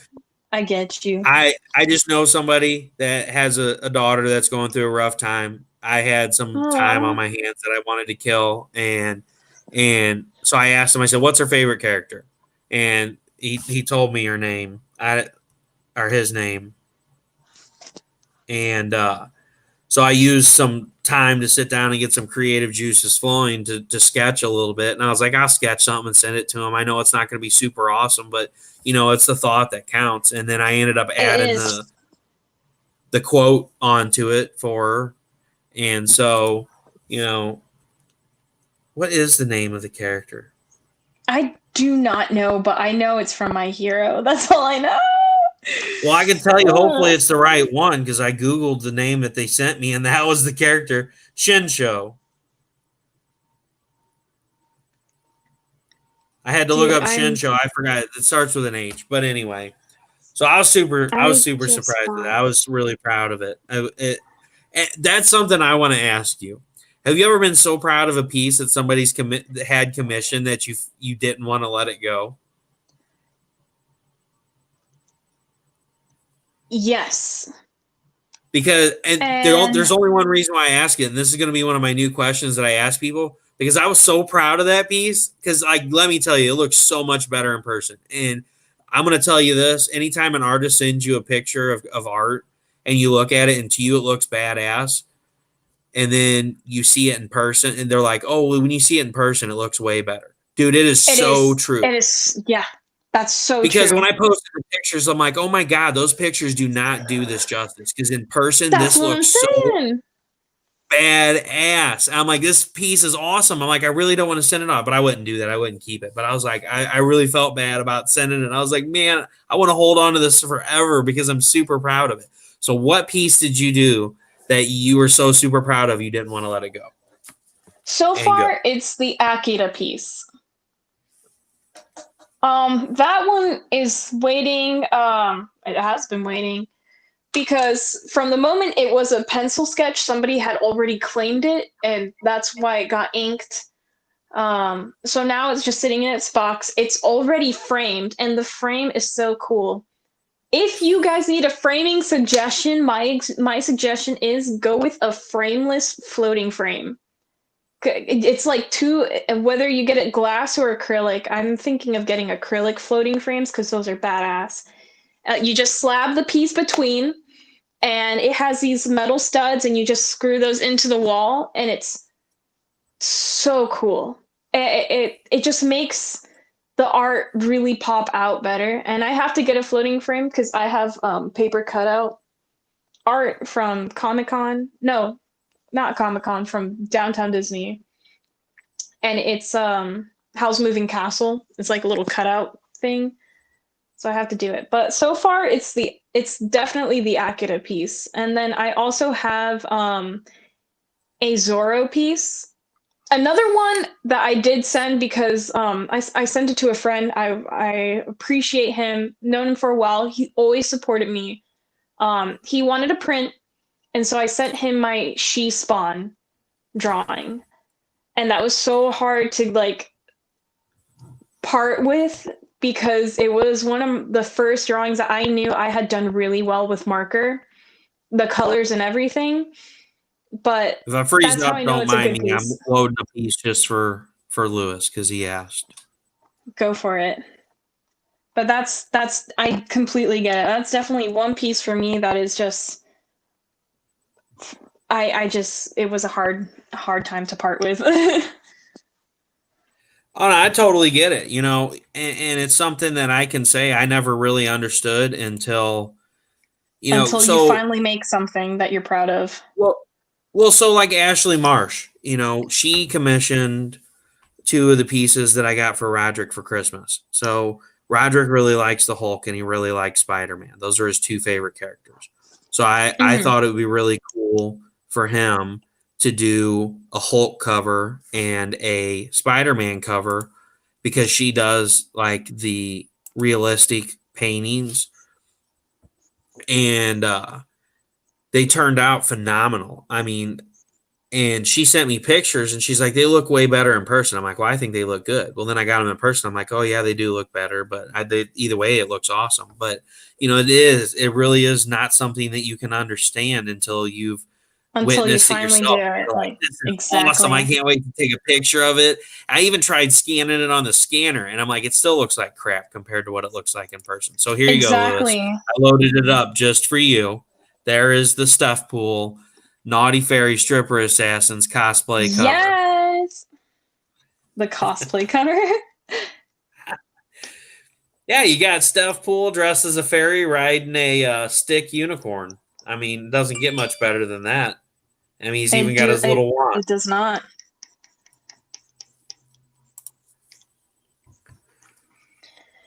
Mike said he would like to see your she spawn. It's already sent out. Is it on your If website? you Or, go I mean, on your Facebook? on my profile, it's in my featured photos. It's one of the collections. It's titled like Well, marker give me a second and drawings. I'll open is it on your old one or your new one? Oh, it's on my new one. It's on my featured photos for sure. All On right, my I'll new share one. screen it then. Give me just a second to load it up. Yes. I might skip out for a second since I'm running a second window. Oh, dude, I just finished the zine machine. No way. Are you kidding me? I'm not even on it. Don't show it yet. I finished the figure. Like his figure, he looks badass. I'm like, don't show it yet. I'm not even on there. I can't see you. It's gonna make me cry. I make I'm so myself excited. I'm cry. super stoked. All right. Bro, I'm stoked. I'm super stoked. I'm proud. Give me just a second, Mike. I'm almost there. I'm on her profile. I'll share screen it. Sorry, things are running a little slow since I'm streaming. It eats up the bandwidth. All right. You said That's it's in me. your featured photos? Yes. All right. It is loading right now. Right now. Maybe. Sunday.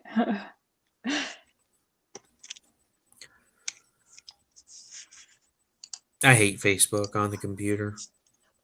Me too. Somebody Just the sent me a format message of it and is it so just ugly. opens itself up. Like, here you go. Would you Exactly. like to I see that? know. No, I don't. I'm trying to look up something right now. Thank you. Way Oh, to dude, go, this dum is dum. badass. You get no gum gum. Finally, I hear that. What do you mean? I haven't heard that phrase in so long. Because if I say it now, they're like, ha ha ha ha ha, very funny. You made that up on the fly, right? I'm like, no, I grew up on that movie. Oh yeah, it's classic. It's a classic.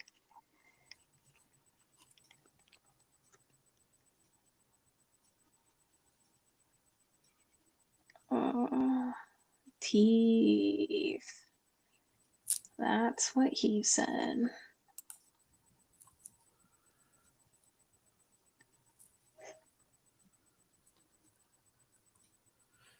Now, do you have it inked or is it just the pencils? It's fully colored in markers. Why am I not seeing it? Not popping up on the feature. Hold on. I might be in the wrong thing. It's a possibility. Well, I don't ever use Facebook on the computer, like ever. Oh yeah, I typically use it on the app, but I only put it on my computer when I'm in a live stream to look at all the messages. I'm seeing y'all. I'm seeing y'all misbehaving. Don't think I don't know.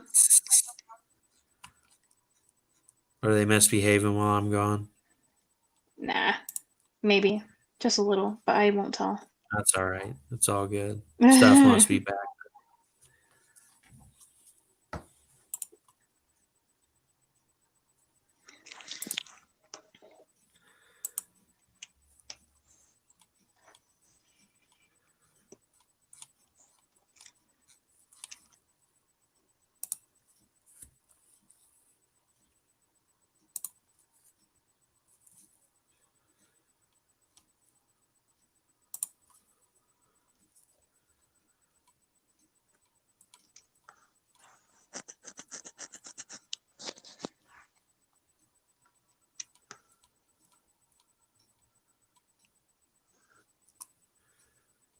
Yeah, I literally don't see it. Weird.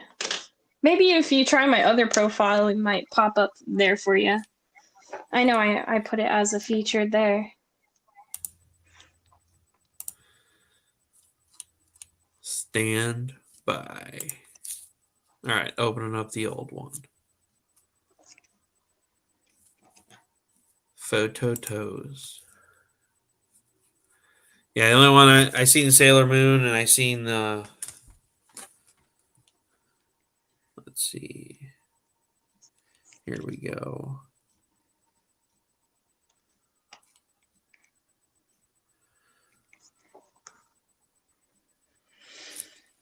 There's Starfire.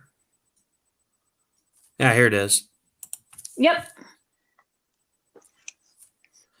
All right, give me a second and I will share it. Share screen and Chrome tab. Facebook. Share.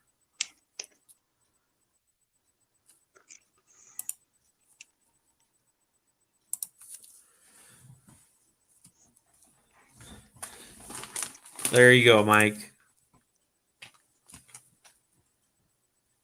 Thanks, Callan. Sorry, I was away trying to pull up the she spawn. That's the one I'm definitely like super proud of the way it came out. And it was one of my first like uploads that did get a lot of traction. So it was a really cool one.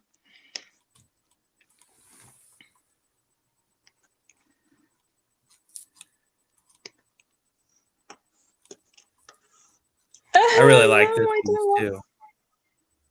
Yeah, that one's one of my favorites.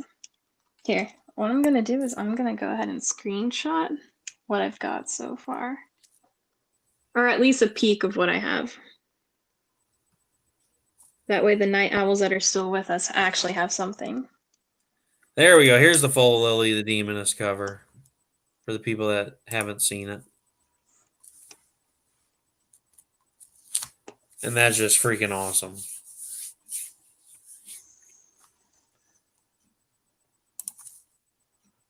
Okay, I'm gonna send this to you in Messenger.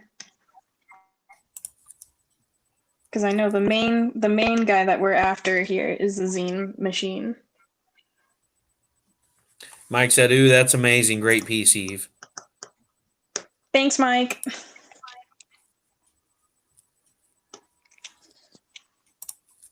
All right, let me load Facebook back up so when a message comes through, I can blow it up on the screen. Watch, this will be the one time I get a message that Messenger won't pop up. You watch. Because Facebook just is like that. Big old poopy head. Yeah, big old poopy head. Damn you, Zuckerberg.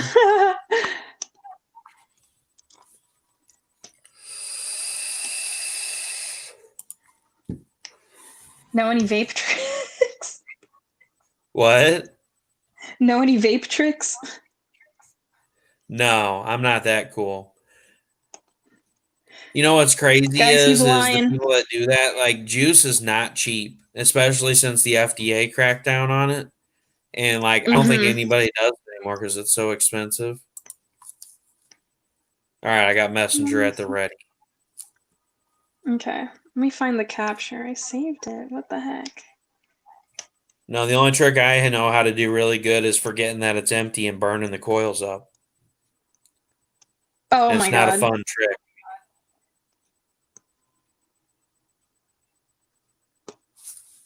Let's see if saving it as a JPEG changes anything. Yeah, Mike, that Lily cover is phenomenal. And I think Lewis, are you still here?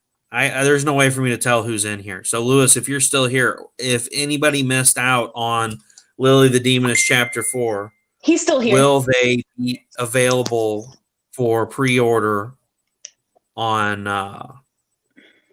the whatever they call it, the Backer Kit store or whatever? All right, hold on. The message just came in. And we will screen share this.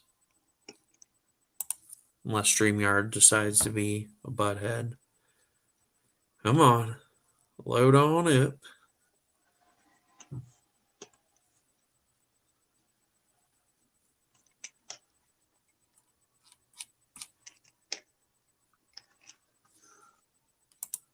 StreamYard. Screen share. Yeah, Lewis is here. Lewis, anybody that missed out on the Lily the Demoness Chapter 4, the Evanettes cover, is that going to be available for pre-order after the Kickstarter? I love how he just says hi. He's like, wait, I heard my name.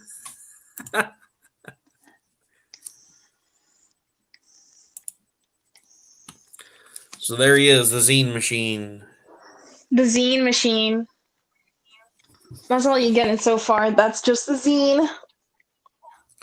I see how you are. Well, because you're gonna get the full effect, like once I tie in the environmental things.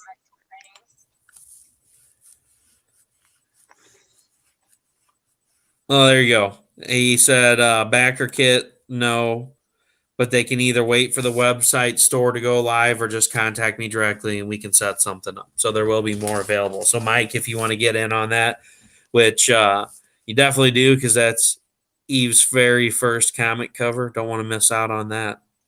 No, you And do it's super not. sweet. It's freaking phenomenal looking. I'm gonna be super mega celebrity status.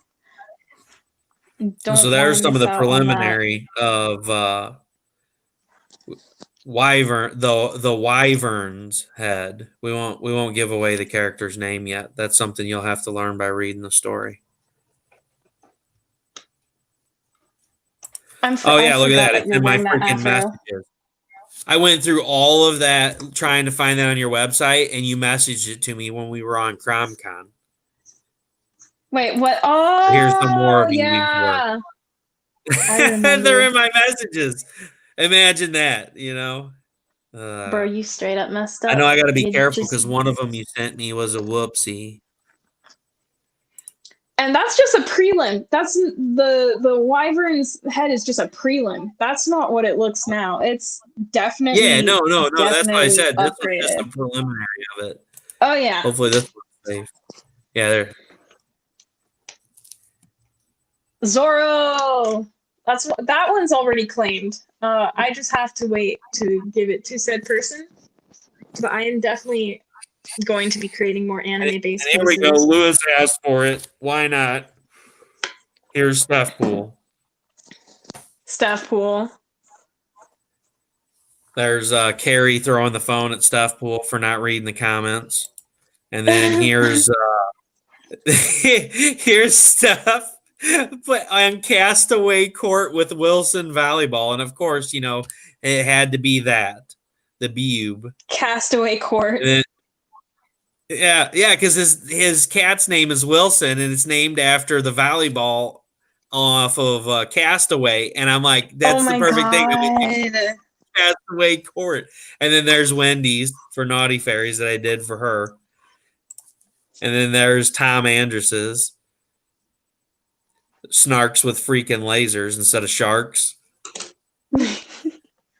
I was really proud of this piece because it was Snark Incorporated 1 million watts instead of $1 million.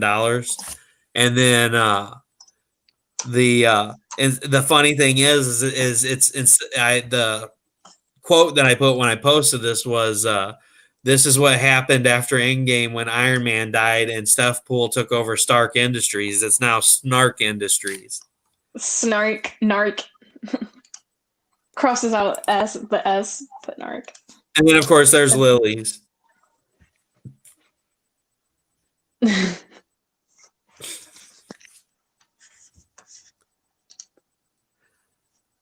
gotta be careful with these images. Oh, no, that's not it. And then there's Sailor Moon. I have to. That's kind of like the style I'm drifting for, but I want to put more. I don't think these freaking thumbnails are so small in Messenger, and I'm thinking, yeah, that's the one. That's not the one I can't show. I think I can show this one. Okay, yeah, we're good. There's the line art that you did before it was colored. Mm-hmm. What is that? I don't Good know times. All right, whatever. We get kicked off of Facebook. We get kicked off. Here we go. Okay, yeah, we're good. Is that's Lady Death? Yeah. Yep. Yeah, I think it was just the totally rad one that you sent that I was like, oh, can't show that one. Which, by the way, totally rad. Roxy Summer Special is live now. So y'all go check it out. Go support Jim. Go support the clowns. The crazy, I love sexy, this. cute clowns. I was like, "Are you ready to go live?" And I send one back. I'm like, "Bro, you know, dude, I look so bad. Am I wearing my? Okay, so I bought this T-shirt, and it's from Suicide Squad. But Suicide Squad did so bad in the movie theaters that all of the merchandise went 50% off. And the T-shirt says, "I shaved my balls for this." And it's now my home T-shirt, and I love it.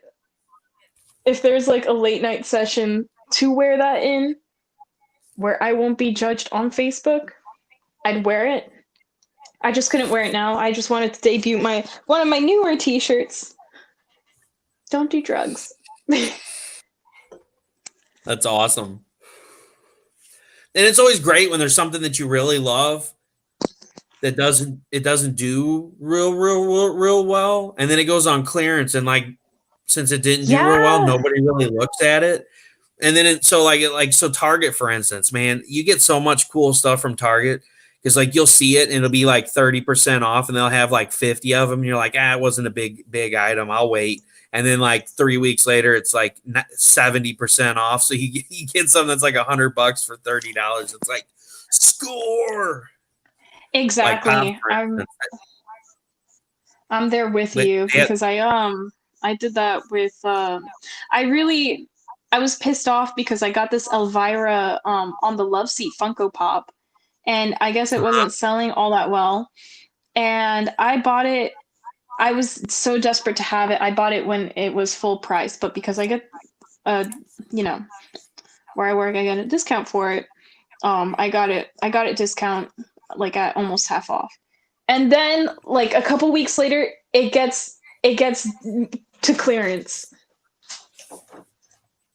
Oh, of course. That's the way it works out. I told you. Did you put this on? No. Ask somebody else that isn't busy.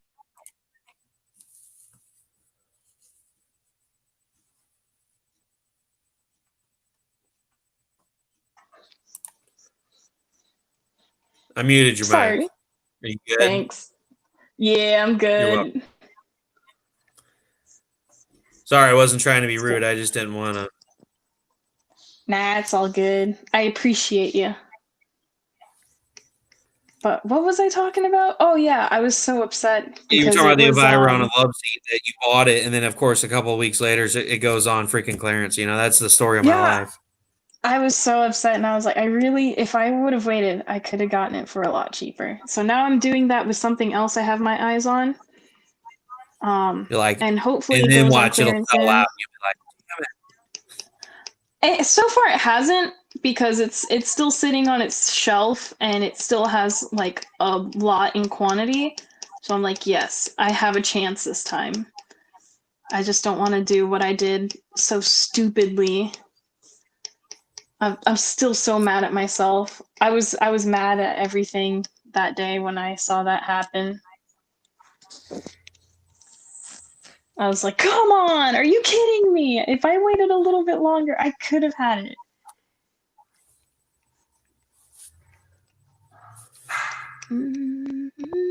So I think I'm going to sign off of here. I appreciate you being on tonight, Eve.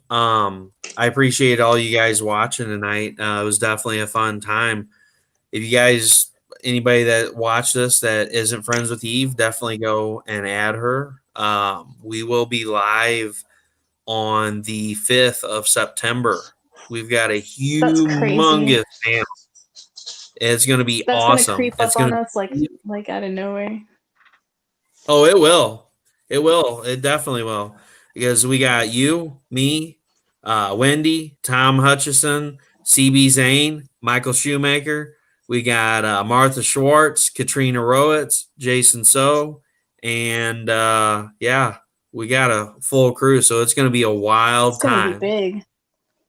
It's going to be awesome. Fun. I remember the last one we were only on for like about 2 hours, and we ended up going for 4, almost 4. Yeah. Yeah. That was a cool time. Well, that's the thing. Pops, it was really funny because I gave Pops a load of crap about it. I told him, I said, what happened at the beginning? You said we had all the time we needed. And I told you, I was like, well, don't tell us that because we could go all night. And you're like, oh, it's good. And then he's like, well, we're going to have to shut this down. I'm like, you said we had all the time that we wanted. My man was sitting there like with a homemade catheter. I don't blame him. I just wish he would include intermissions in the con so that he could take care of what he needs. Because how are you going to sit there for a whole 12 hours and not do anything to take care of your body? Yeah. So yeah, definitely check it out. Check out Eve's site. Do you have an Instagram, Eve? I And do. all that good So you type in that name that you see there, all except for my nickname and the second last name, and you'll be able to find my Instagram. Easy peasy, lemon squeezy. I wish my name was less complicated for you guys to find it, but too bad, so sad. That's my name, and I said if I ever met a professional and they saw my name, I don't want it to be something stupid. I want them to know my name. So yeah, just look up that name, even at Rivas, and you should be able to find my my art Instagram. And Mike, if you add her, add the one that has Lily the Demoness Chapter 4 cover as the profile picture, not the other one. The other one is inactive. So when you do Yeah. go to add her and anybody else that goes to look her up, there are two profiles. The current profile is the one with Lily the Demoness Chapter 4 cover. So make sure you add that one. Yeah, I know I had Mike on my other Facebook, but I definitely have to add you on this current one because this is the one I'm more active with my art and I post more relevant art things. I try to stay away from the memes and like anything personal. So you see more of my stuff and more of other creators' stuff than anything else. And I'm pretty sure, I don't know when you want to reveal it, but this will be done very soon. And you guys will be seeing it very soon, depending on how Russell wants to go about showing y'all. Hey, you know what? When you're ready to reveal it and it is done and we look it over and it's ready to rock, we will do a live showing together. Something like this. We can hop Sweet, on for yeah. like 10 minutes to do a reveal if you're cool with it. I guess it means weekend plans. Might as well do a Friday night, Saturday night. And with All the right. crew, I guess. If anybody's down, who knows? We'll see. We'll think about it. Yeah, I mean, if not, like I said, we can hop on this page and just do like a quick 10-minute. We can hop on StreamYard because Yeah, I can make a StreamYard link instantly, or we could just even yeah, do a Facebook Live and I can invite you in. I just don't know how we would show yeah. the art with it, so we probably do StreamYard. So Yeah, yeah, we'll we'll probably definitely have do to do that. So StreamYard. All we right. will Well, have thank you a everybody reveal for soon. joining this very late night for more than just 1 hour, but we shot the shit. We had a good time. We talked about everything we needed to talk about that we thought of now. Shared the same hairstyle, prepared the same hairstyle, same makeup. We all good. Look at that. That's how I feel each time I step outside. I'm like, ugh. And it's all stiff and still. Well, cool. I'm going to send you back to the green room, and All if right. you want to hang out there for a few minutes, Thank you so have a good much night, for Eve. having me. You're welcome. Oh, well, thanks so much for being here tonight, guys. It was a blast. We talked about a lot of stuff. Talked a little bit about Zine Machine and Eve's art, and I look forward to seeing some of her short animation. And I look forward to seeing these projects that she can't talk about now. Usually, the ones you can't talk about are the best ones. So I appreciate you guys being here.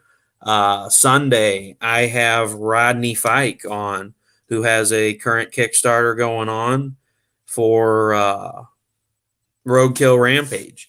So definitely stop by here. It'll be Sunday night at 8 p.m. Central, 9 p.m. Eastern time.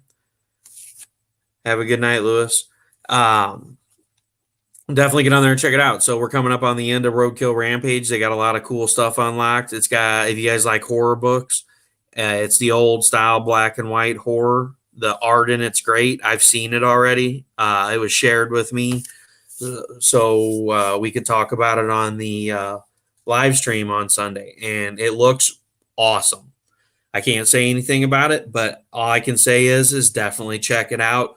Look it up, Roadkill Rampage with Rodney Fike. It's super sweet. We also talked about Luis Torres, Lily Demoness Chapter 4. If you missed out on it, get a hold of him.